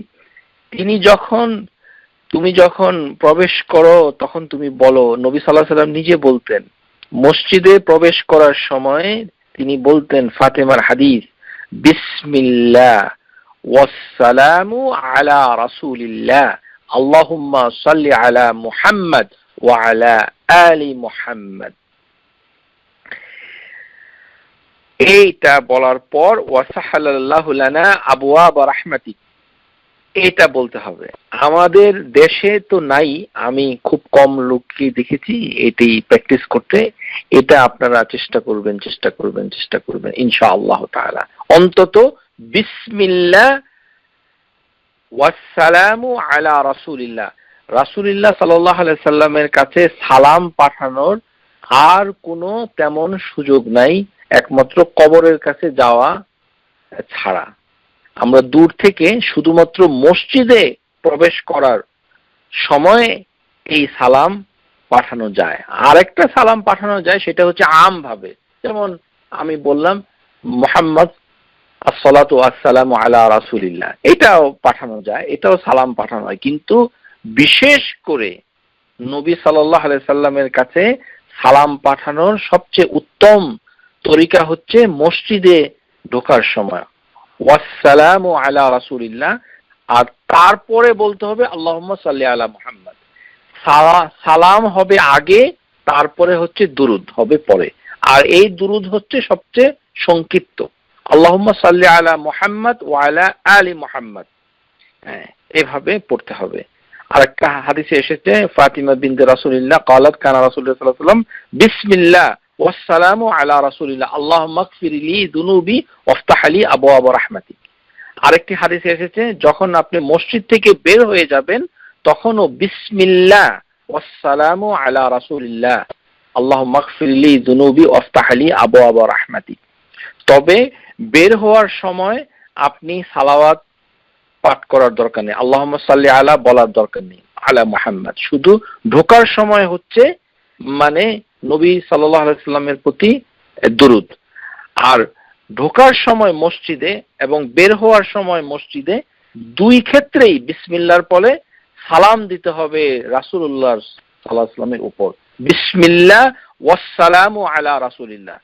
এটা প্র্যাকটিস করতে গেলে প্রথমে আপনারা দুটা প্র্যাকটিস করেন, বিসমিল্লাহ ওয়াসসালামু আলা রাসূলিল্লাহ, এটা সবসময় প্র্যাকটিস করেন। এটি 1 মাস প্র্যাকটিস করলে তাহলে ঢোকার সময় বের হওয়ার সময় আপনাদের যখন এটা আয়ত্তে চলে আসবে তখন আল্লাহুম্মা সাল্লি আলা মুহাম্মদ, তখন ওইটা ঢোকার সময় অতিরিক্ত অ্যাড করবেন। তারপরে আল্লাহুম্মা আফতাহ লি আবওয়াব রাহমাতিক, আমরা আল্লাহুম্মা আফতাহ লি আবওয়াব রাহমাতিক দিকে কি রহমত আশা করব? কেননা দোয়া কবুলের অন্যতম শর্তই হচ্ছে আল্লাহকে স্মরণ করা আর নবীর উপরে সালাওয়াত পাঠ করা। তো নবীর উপরে সালাওয়াত পাঠ করলে তো এমনি দোয়া কবুল হয়। সুতরাং দোয়াউ ইনদা খুরুজুল মসজিদ, যখন আরেকটি হাদিস এসেছে বিসমিল্লাহ আল্লাহুম্মা সাল্লি আলা মুহাম্মদ আল্লাহুম্মা ইন্নী আসআলুকা মিন ফাদলিক, তবে আরেকটি হাদিসে সাল্লি আলা মুহাম্মদ এসেছে। তার মানে বোঝা যাচ্ছে যে বের হতে এবং ঢুকতে দুই ক্ষেত্রেই সালাম এবং দুরুদ পড়া যায়। মসজিদে ঢোকার সময়ও সালাম এবং দুরুদ, বের হওয়ার সময়ও সালাম এবং দুরুদ, দুটোই সহিভাবে প্রমাণিত হয়েছে। বিসমিল্লাহ ওয়াসসালাতু ওয়াসসালামু আলা রাসূলিল্লাহ, এটা যদি বলেন তাহলে সংক্ষেপে সালাম সালাওয়াত দুটোই হয়ে যায়। বিসমিল্লাহ ওয়াসসালাতু ওয়াসসালামু আলা রাসূলিল্লাহ আল্লাহুম্মা ইফতাহ লি আবওয়াব রাহমাতিক, এটি আমরা প্র্যাকটিস করব। এটা বিসমিল্লাহ সাথে সংশ্লিষ্ট। আমরা এইভাবে মসজিদের ভিতরে যদি প্রবেশ করি তাহলে আল্লাহ সুবহানাহু ওয়া তাআলাকে স্মরণ করব ঠিক এভাবে। আশা করি বুঝতে পেরেছেন। তারপরে আউযু বিল্লাহিল আযীম ওয়া বিওয়াজহিল কারীম ওয়া সুলতানিহিল কাদীম মিনাশ শাইতানির রাজীম, এগুলি খুবই অতিরিক্ত। এগুলো থেকে সবচেয়ে বেশি দরকার হচ্ছে আসসালাতু ওয়াসসালামু আলা রাসূলিল্লাহ। সুতরাং আপনারা বুঝতে পেরেছেন। এখন আমরা যেটি খুব গুরুত্বপূর্ণ একটি বিষয়ে আমরা যাচ্ছি এবং সেটা আমরা ডিটেলস আলোচনা করব। অনেকেরই এটি ভুল হয়, সেই কারণে আমরা আপনাদের দৃষ্টি আকর্ষণ করছি যে আপনারা যেন ভুলটা বুঝতে পারেন। একটা হচ্ছে যে অসুখ হলে, যখন অসুখ হয় তখন কি করতে হবে লিখে রাখুন। নিজের অসুখ হলে, অসুখটা যদি ব্যথা হয়, ব্যথা পেইন হয়, তাহলে একটা দোয়া, সেটার ভিতরে বিসমিল্লাহ আছে। আর আপনি যদি অন্য কাউকে ব্যথা হচ্ছে তার যদি চিকিৎসা করেন, তাহলে বিসমিল্লাহ বলতে হবে, সেটা অন্য আরেকটি দোয়া। দুটাকে একত্র করবেন না প্লিজ। এই যে ঝাড়ফু করা, এর ভিতরে সবচেয়ে বড় ত্রুটি হচ্ছে আমাদের যারা পাঠক এবং সাধারণ যারা পাঠক, তারা সবকিছুকেই আমল করতে শুরু করে। এটা কিন্তু ঠিক নয়। এটা বুঝে বুঝে করতে হবে। প্রথমেই নিজের ব্যথা হলে কোনটা পড়তে হবে সেটা আমরা বলছি। যখন নিজের শরীরে কোনো ব্যথা হবে, তখন নিজে আপনি হাত রাখবেন, হাত রাখবেন। এটার দলিল হচ্ছে দা ইয়াদাকা আলাল্লাযিনা তাআল্লামা মিন জাসাদিক। যদি শরীরে ব্যথা হয়, তাহলে শরীরের উপরে আপনার হাত রাখবেন, অন্য কারোর হাত নয়। নিজেই নিজের হাত রাখতে হবে শরীরের উপরে, রেখে বলবেন বিসমিল্লাহ। কয়বার বলবেন? 3 বার। লিখে রাখুন, 3 বার বলতে হবে। এটি একবার বললে হবে না, সালাসা মারওয়াত, 3 বার পড়তে হবে। নিজের ব্যথা হলে, আমরা পরের ব্যথা হলে কি করতে হবে সেটা পরে আসছি। নিজের শরীরে ব্যথা হলে বিসমিল্লাহ সালাসা মাররাত, 3 বার পড়তে হবে। ওয়াকুল সাবআ মারাত, এবং 7 বার পড়তে হবে আউযু বিল্লাহি ওয়া কুদরাতিহি মিন শাররি মা আহযিরু ওয়া উহাযিরু। এটা পড়তে হবে 7 বার। এটা হচ্ছে নিজের জন্য নিজে চিকিৎসা যখন করবেন তখন। এবং অসুখটা যদি যে কোনো ধরনের ব্যথা হয়, যেমন মাথা ব্যথা, শরীর ব্যথা, পেটের ব্যথা, হার্টের ব্যথা, মানে যার যেখানে ব্যথা, সারা শরীরে যেখানে ব্যথা, সেখানে আপনি হাত রেখে নিজের জন্য নিজে দোয়া করবেন, অন্যের জন্য নয়, কিন্তু নিজের জন্য। বিসমিল্লাহ 3 বার, আর 7 বার হচ্ছে আউযু বিল্লাহি কুদরাতিহি মিন শাররি মা আজিদু ওয়া উহাযিরু। মুসলিমে আসছে, মিশকাত হাদিস নাম্বার 1533। এখন আপনার যদি অন্যের ব্যথা হয়, অন্যের চিকিৎসা যদি আপনি করতে চান, কারোর কাছে দেখতে গিয়েছেন এবং তার শরীরে ব্যথা, এখন আপনি তাকে কিভাবে চিকিৎসা করবেন? তার এটা যদি চিকিৎসা করতে চান, আর চিকিৎসা যদি না করতে চান, তাহলে কিন্তু এটা পড়া যাবে না। আপনাকে নিয়ত করতে হবে যে আমি তার চিকিৎসা করতে চাই। নিজে ডাক্তার না হলেও অন্যের ব্যথা হলে আপনি আরেকজনের চিকিৎসা করতে পারেন।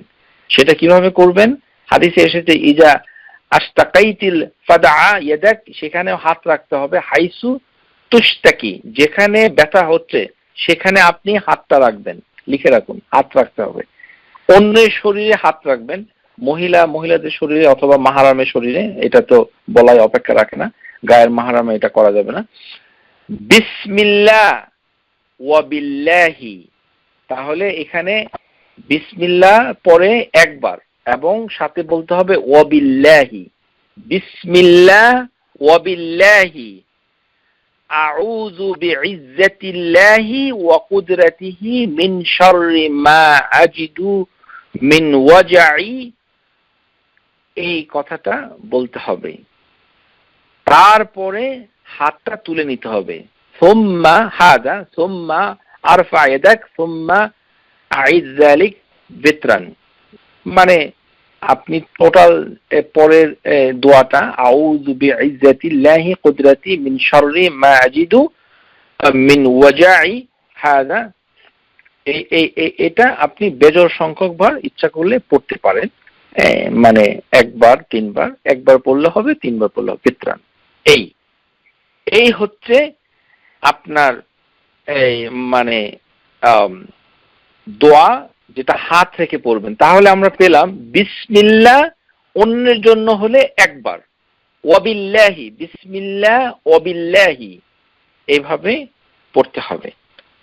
আর কেননা এই যে আরেকটি উপায়ে আপনি অন্যের চিকিৎসা করতে পারেন, সেটা নিজের জন্য নয়। সেটি হচ্ছে হাদিস জিব্রাইল আলাইহিস সালাম যখন নবী সাল্লাল্লাহু আলাইহি ওয়াসাল্লামের কাছে এসেছিলেন, সহিহ মুসলিমে এসেছে, আন্না জিব্রাইলা আতান নবী সাল্লাল্লাহু আলাইহি ওয়াসাল্লাম জিব্রাইল আলাইহিস সালাম, সুবহানাল্লাহ, জিব্রাইল আলাইহিস সালাম একবার নবী সাল্লাল্লাহু আলাইহি সাল্লামের কাছে এসে দেখলেন যে নবী সাল্লাল্লাহু আলাইহি সাল্লামের অসুখ। ইয়া মুহাম্মাদু আশতাকাইতা, আপনার কি সমস্যা হে মুহাম্মদ, সুবহানাল্লাহ বিহামদি। আমাদের নবী সাল্লাল্লাহু আলাইহি সাল্লামের অসুখ হতো।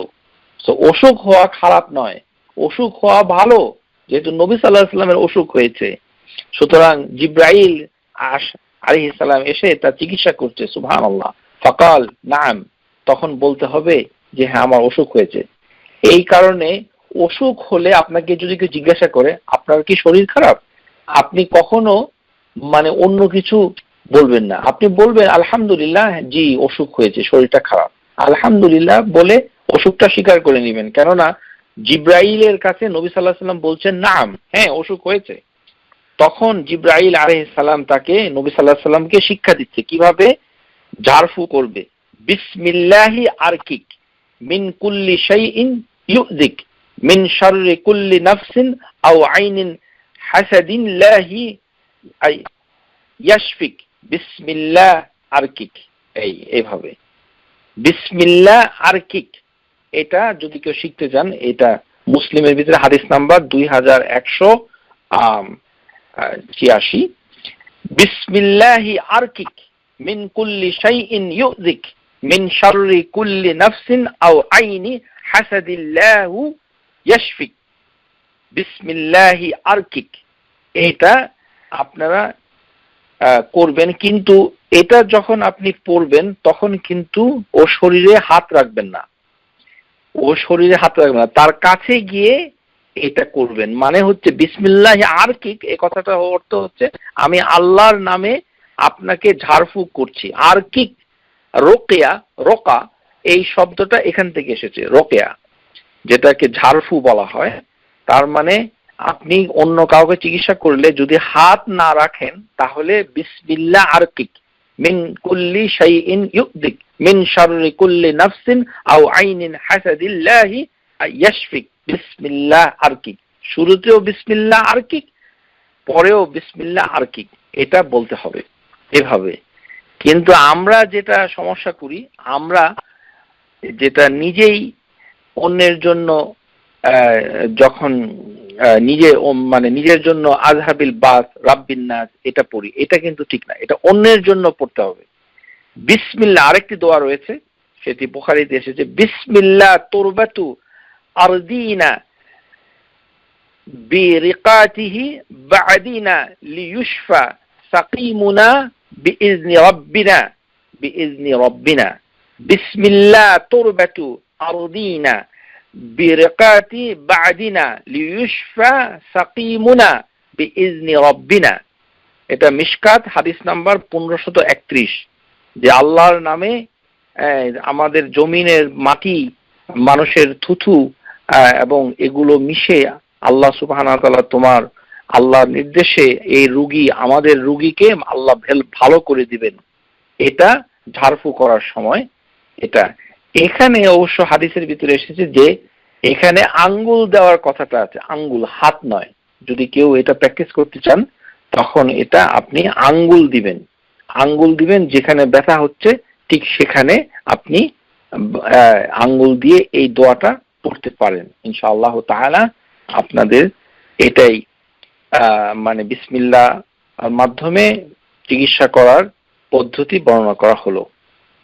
এখন বিসমিল্লাহ যে আমরা যে পড়ছি, সেই বিসমিল্লাহ জন্য এমন ভাবে আমাদের পড়তে হবে যেন আমরা একেবারে বিশ্বাস করি যে এটা আল্লাহর সুমহান নাম, এবং সেই নামের যেই শক্তির বরকতে সুমহান নাম বিসমিল্লাহি বিসমিল্লাহ ইসমুল্লাহি তাআলা, এভাবে এই নামের জন্য এই জিনিসটুকু হচ্ছে। এটাই আমরা এখান থেকে বুঝতে পেরেছি। যেমন বাসায় যখন আমরা প্রবেশ করি, দরজা বন্ধ করি, তখনও বলতে হবে বিসমিল্লাহ। আন জাবির আন্না নবী সাল্লাল্লাহু আলাইহি সাল্লাম قال اقلق بابك اذكر اسم الله فإن الشيطان لا يفتح بابا مغلقا أطفي مصباحك মানে জাবের রাদিয়াল্লাহু তাআলা আনহু বলছেন যে নবী সাল্লাল্লাহু আলাইহি ওয়াসাল্লাম বলছেন, তোমরা যখন দরজা বন্ধ করো তখন বিসমিল্লাহ বলো। মানে বাসায় ঢোকার সময় বিসমিল্লাহ, তারপরে আসসালামু আলাইকুম বলবেন, তারপরে দরজাটা যখন বন্ধ করবেন তখনও আবার বলবেন বিসমিল্লাহ। যদি এটা বলেন তাহলে দরজা শয়তান খুলতে পারে না। তাহলে ঢোকার সময় বিসমিল্লাহ, আবার দরজা বন্ধ করার সময় বিসমিল্লাহ, তাহলে একেবারে কমপ্লিটলি শয়তান আর আসতে পারবে না, সিলড হয়ে যাবে। আর হচ্ছে বাতি যখন, কারেন্টের বাতি যখন সুইচ অফ করবেন, ওয়া আতফিল মিসবাহাক ওয়াজকুর ইসমাল্লাহ, যখন আমরা বাতি নিভাবো তখনও বলবে বিসমিল্লাহ। আরেকটি হচ্ছে যে বোতলের পানি যখন আমরা ঢেকে রাখবো অথবা ফ্রিজের ভিতরে রাখবো, পানির যে পাত্রগুলো সেগুলো আমরা রাখার সময় পানি যদি হয় তরল পদার্থ ড্রিঙ্কস, তখন আমরা বিসমিল্লাহ বলবো। ওয়ালা বিউদিন তারিদুহু আলাইহি ইজকুর ইসমাল্লাহ আও ইয়াকসিয়াকা ইজকুর ইসমাল্লাহ, যখন তাদের পাত্রের মুখ বন্ধ করে দেওয়া। তো ওই ধরনের পাত্র যেহেতু আমরা ব্যবহার করি না, সেই কারণে আমরা পানির বোতল রাখার সময়, ক্যান রাখার সময় বিসমিল্লাহ আমরা বলবো।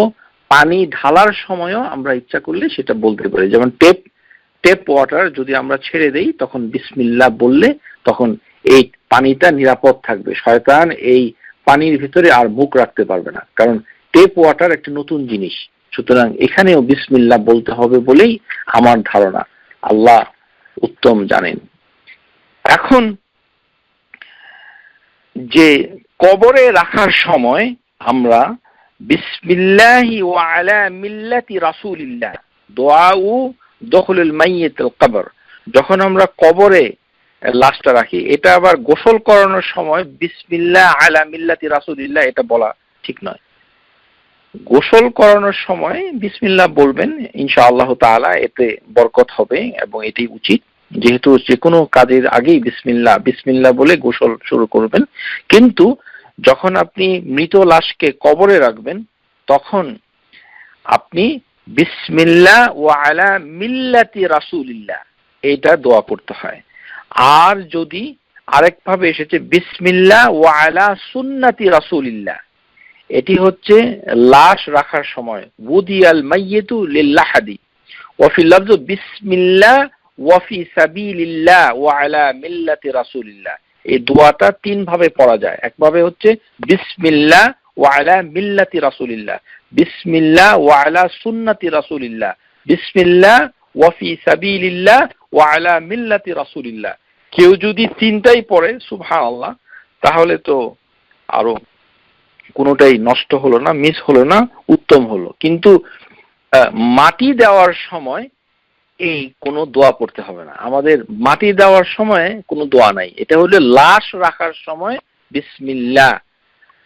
আরেকভাবে এসেছে বিসমিল্লাহ ও বিল্লাহি ওয়া আলা মিল্লাতি রাসূলিল্লাহ, যখন আমরা কবরে লাশ রাখবো ঠিক তখন এভাবে আমরা ইচ্ছা করলে মানে দোয়া পড়বো ইনশাআল্লাহ। আমাদের সবাই এটা পড়েন ইনশাআল্লাহ তাআলা। এখন আমরা যেই দোয়াটা শিখবো সেটা হচ্ছে যে গাড়িতে ওঠার সময় কিভাবে দোয়া পড়বো। আজ করো রুকুবি দাব্বা ও সাফার, যে যখন আমরা কোনো বাহনে উঠব, যেমন গাড়ি একটা বাহন, এই বাহন উড়োজাহাজ হলেও যেই, নৌকা হলেও তাই। ভালোভাবে শুনুন, আমাদের দেশে ওই নৌকার জন্য আমাদের অনেক স্কলাররা বলেন যে বিসমিল্লাহি মাজরিহা ও মুরসাহা ইন্না রাব্বি লাগাফুরুর রাহিম, নৌকার জন্য এই দোয়া। এটার কোনো দলিল নাই, এটা নিজেরা চিন্তা করে বের করেছেন। এটা কোনো হাদিসে নাই যে নৌকাতে উঠলে এই দোয়া পড়তে হবে। এটা কোরআনুল আযীমের ভিতরে আল্লাহ সুবহানাহু ওয়া তাআলা বলছেন ওয়াকালা ইয়ারকাবু ফিহা বিসমিল্লাহি মাজরিহা ওয়া মুরসাহা ইন্না রাব্বি লাগাফুরুর রাহিম। এর মানে এই না যে আপনি নৌকাতে উঠলে এটা পড়বেন, কেননা নূহ আলাইহিস সালামের সাথে যারা নৌকায় ছিল তাদের সূরা আল মুমিনুন আয়াত নাম্বার 28, এখানে আবার অন্য কথা বলা হচ্ছে। সুতরাং একটি আয়াত দিয়ে দোয়া সাব্যস্ত হয় না। ওয়া ইজা ইয়াস্তাঈতু, وإذا يستعيت أنت ومن معك على فلك فقل الحمد لله الذي نجنا من القوم الظالمين। হে নূহ আলাইহিস সালাম, তুমি এবং তোমার সঙ্গীরা যখন তোমরা নৌকায় আরোহণ করো তখন বলো আলহামদুলিল্লাহ। তো এটা এই আয়াত কোথায় যাবে? আলহামদুলিল্লাহ বলতে এখানে আল্লাহ সুবহানাহু ওয়া তাআলা বলছে। তো সুতরাং এক জায়গায় আছে বিসমিল্লাহ মাজরেহা, আরেক জায়গায় আছে হচ্ছে আলহামদুলিল্লাহ। আসলে নৌকা, এরোপ্লেন এবং গাড়ি এবং ঘোড়া সবকিছু বাহন, এই হিসাবে আমরা যদি ধরে নেই তাহলে সব সমস্যার সমাধান হয়ে যায়। সেই কারণে আমাদের এই দোয়াটা, আবার কেউ কেউ বলছে যে সফর অবস্থায় এটা পড়তে হবে, এটি ঠিক নয়। সফর অবস্থায় আরো অনেক দোয়া আছে, কিন্তু গাড়িতে ওঠার সময় আপনি ইচ্ছা করলে এই দোয়া পড়তে পারেন। আন আলী ইবনে রাবিআ قال شهدت على علي ابن ابي طالب رضي الله عنه اوتي بديت ليركبها فلما وضع رجله في الركاب আলী রাদিয়াল্লাহু তাআলা আনহুকে দেখেছে এক সাহাবী, সে যখন ওই বাহনে পা রাখলো, মানে গাড়িতে পা রেখে বসার পর বিসমিল্লাহ বলতে হবে, মানে উটের উপরে উঠে বিসমিল্লাহ, পা রাখার সময় বিসমিল্লাহ, তারপরে যখন বসবে সাথে আলহামদুলিল্লাহ বলতে হবে।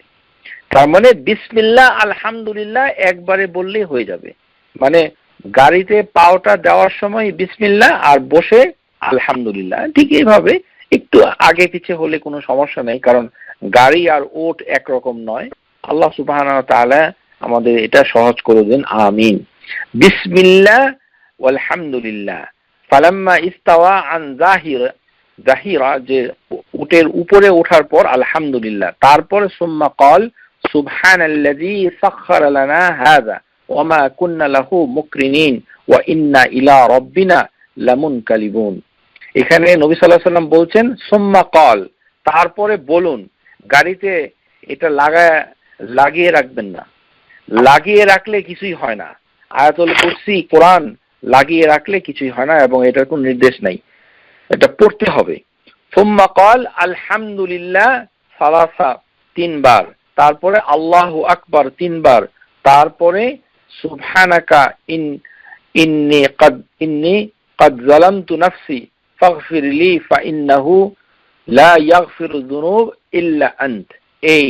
এই পর্যন্ত দোয়া করা যায় ইচ্ছা করলে। কিন্তু এত লম্বা দোয়া যদি আমরা করতে না পারি, তাহলে অন্তত বিসমিল্লাহ আলহামদুলিল্লাহ এতটুকু তো আমরা শিখতে পারি।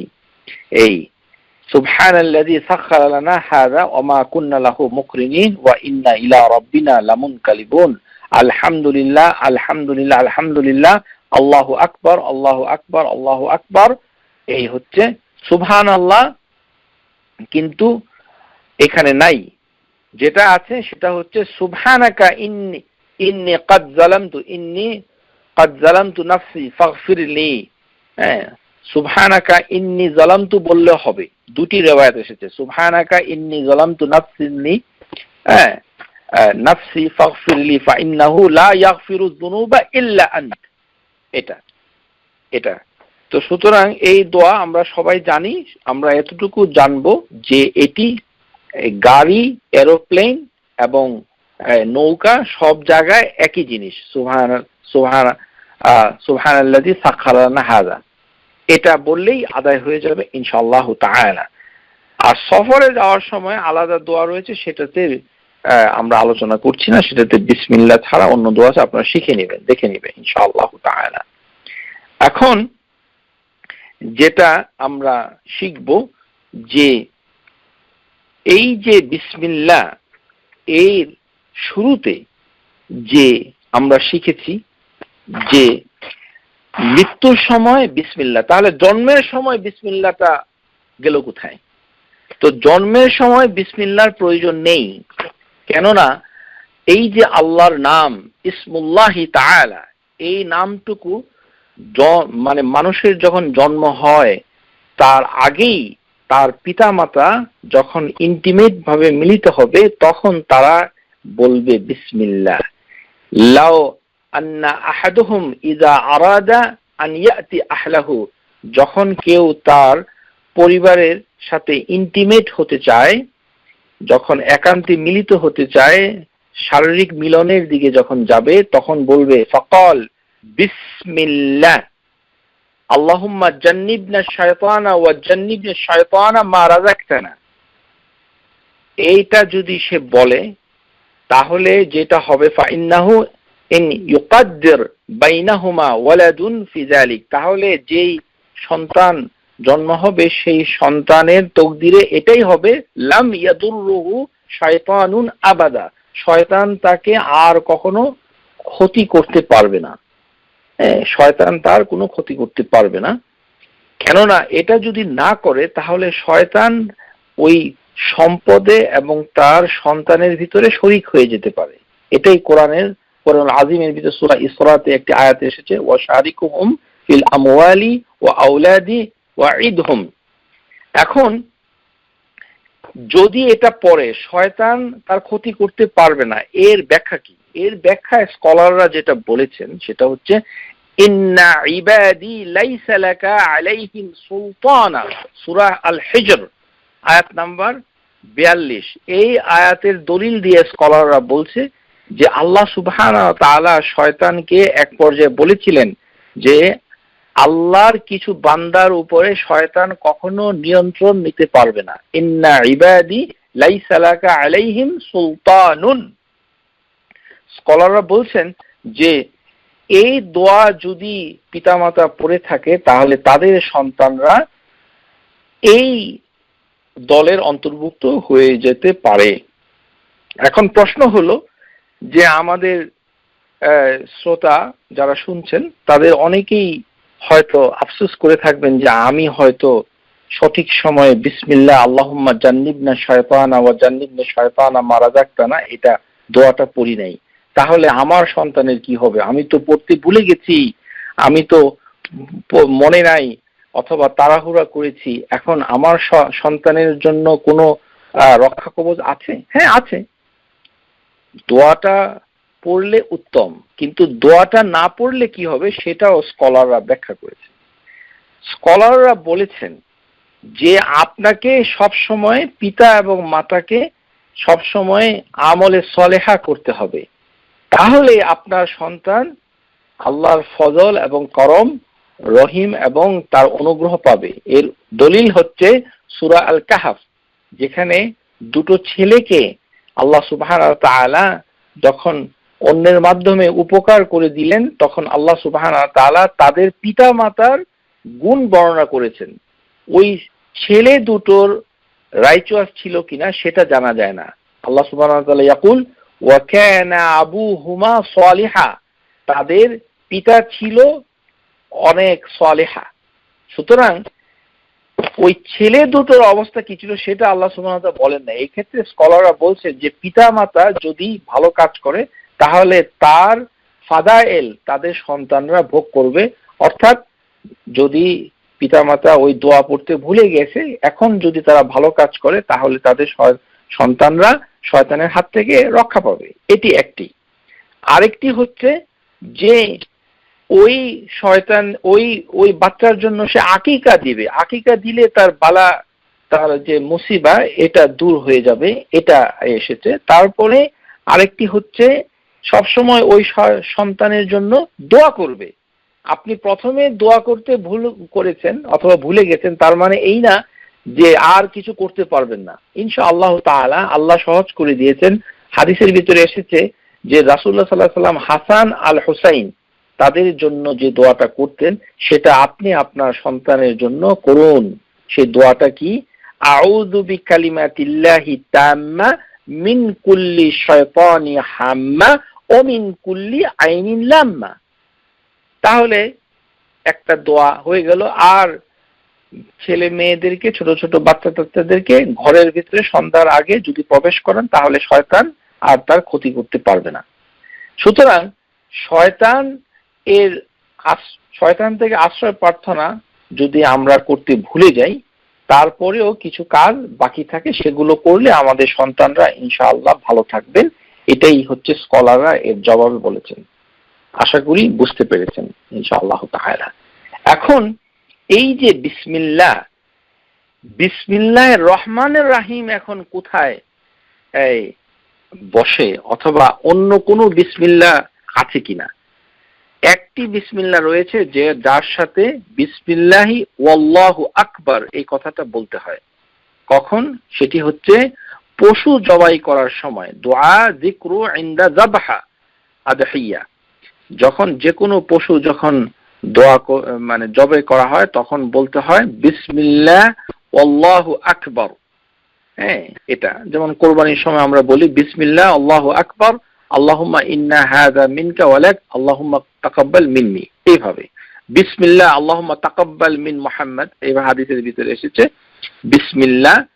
হ্যাঁ, তো সুতরাং বিসমিল্লাহ বলে জবাই করা হয়, এটা মনে হয় সবাই জানে। তবে শ্রোতাদের ভিতরে যেহেতু অধিকাংশই আমাদের বোনরা রয়েছেন, তারা হয়তো পশু জবাই করেন না, সুতরাং এটা এত প্রয়োজনীয়তা নেই ভাইদের জন্য যেমনটা রয়েছে। বিসমিল্লাহ রহমানির রহিম এই কথাটুকুর ব্যবহার হবে তখনই যখন আপনি কোনো কিছুকে লিখবেন, বলবেন না, লিখবেন, তখন বিসমিল্লাহটা রহমান রহিম দিয়ে লিখতে হবে।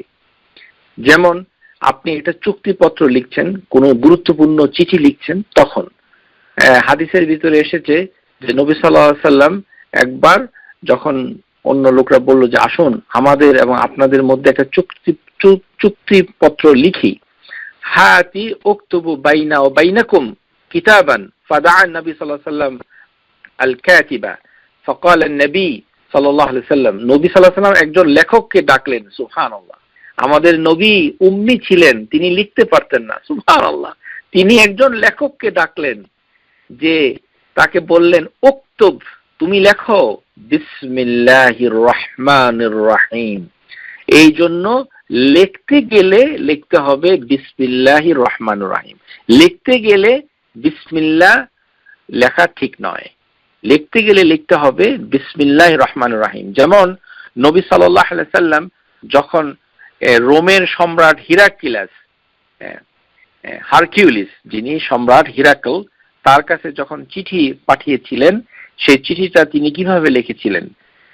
লিখেছিলেন ফাআকরা ফাইযা ফীহি বিসমিল্লাহির রহমানির রহিম মিন মুহাম্মাদিন আবদুল্লাহি ওয়া রাসূলিহি ইলা হিরাকল আযীমির রূম সালামুন আলা মান ইত্তাবাআল হুদা আম্মা বা'দু।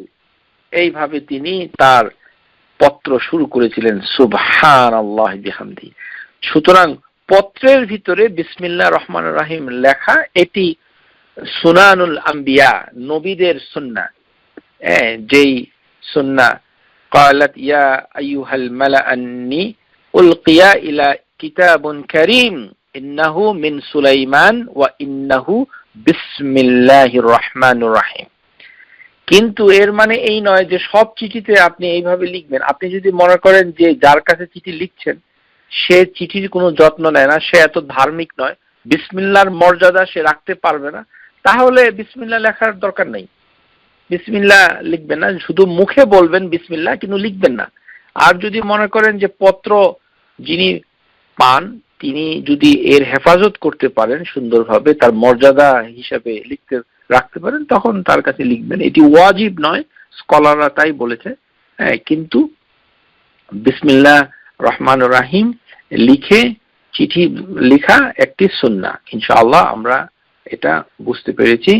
এখন আল্লাহ সুবহানাহু ওয়া তাআলা এই যে নাম, এই নাম আমরা সব সময় জিকিরের ভিতরে আমরা আদায় করব ইনশাআল্লাহ তাআলা।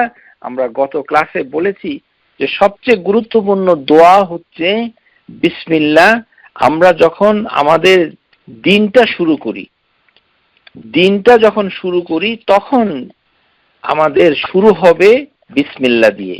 এটা সবার আগে শিখতে হবে, তারপরে বাকি দোয়া, যেটা গত ক্লাসে আমরা প্রথমে আলাপ করেছি, যে সকালে 3 বার বিসমিল্লাহ বলে যে দোয়াটা আছে, জিকিরের পরে যে দোয়াটা, জিকির এবং দোয়া 3 বার, আর সন্ধ্যার সময় 3 বার, তাহলে সকাল থেকে সন্ধ্যা পর্যন্ত কোনো ক্ষতি হবে না, আর সন্ধ্যার সময় পড়লে সারা রাত কোনো ক্ষতি হবে না।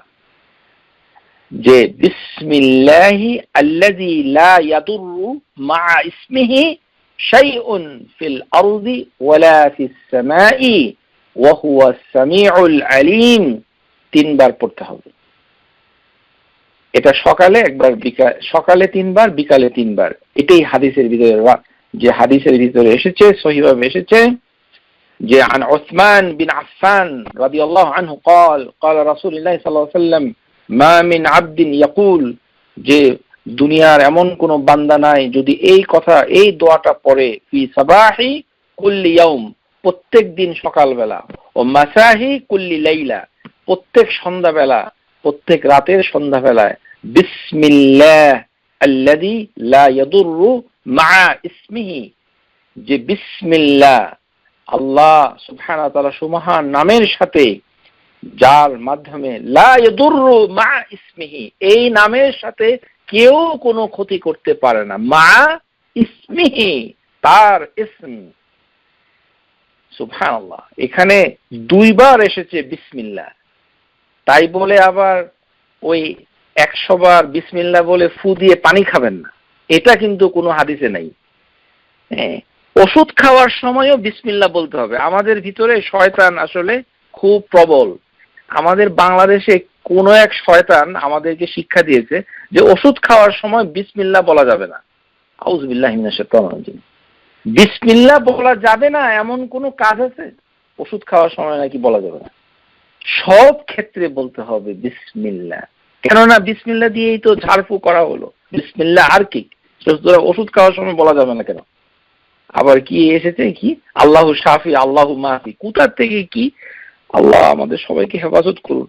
এই ধরনের বানানো গুজব থেকে আল্লাহ আমাদের কমিউনিটির সবাইকে রক্ষা করুন, আমিন। সহিহ হাদিসের উপরে আমাদের সবাইকে আমল করার তৌফিক দান করুন, আমিন।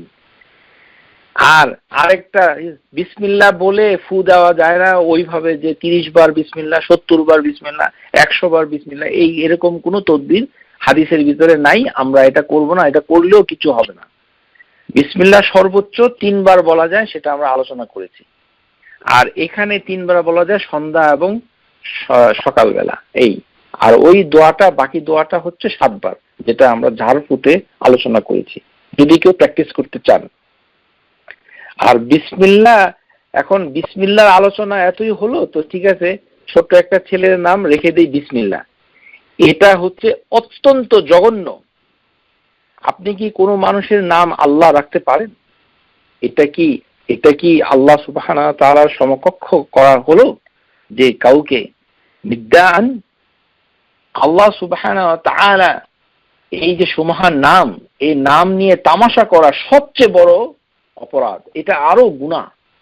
আল্লাহ সুবহানাহু ওয়া তাআলার সাথে চরম বেয়াদবি করা। বিসমিল্লাহ একটা মানুষের নাম রেখে দেওয়া। বিসমিল্লাহ এত গুরুত্বপূর্ণ একটি জিকির, এই জিকিরে আমরা সঠিকভাবে শিখবো যে কিভাবে এটা করতে হবে। তাহলেই আল্লাহ সুবহানাহু ওয়া তাআলা আমাদের সবাইকে সহজ করে দিবেন যে কিভাবে বিসমিল্লাহ আমরা বলতে পারবো। আমাদের সবার ভিতরে এই ধরনের একটি মানসিকতা যেন তৈরি হয়। আল্লাহ সুবহানাহু ওয়া তাআলা যেন আমাদের সবার প্রতি সহায় হন, এই আশা রেখে সবাইকে বিসমিল্লাহর জগতে চলে আসার জন্য এবং সবাইকে বিসমিল্লাহর জিকির আমরা যেন সবাই আমল করতে পারি, সেই তৌফিক কামনা করে আজকে আমার এই বক্তৃতা শেষ করছি। ওয়া আখিরু দাওয়ানা আনিল হামদুলিল্লাহি রাব্বিল আলামিন। সুবহানাকা আল্লাহুম্মা ওয়া বিহামদিক আশহাদু আল লা ইলাহা ইল্লা আনতা আস্তাগফিরুকা ওয়া আতুবু ইলাইক। আসসালামু আলাইকুম ওয়া রাহমাতুল্লাহি ওয়া বারাকাতুহু। Subscribe to our YouTube channel, Know Tawhid First, and press the bell icon to get new video notifications.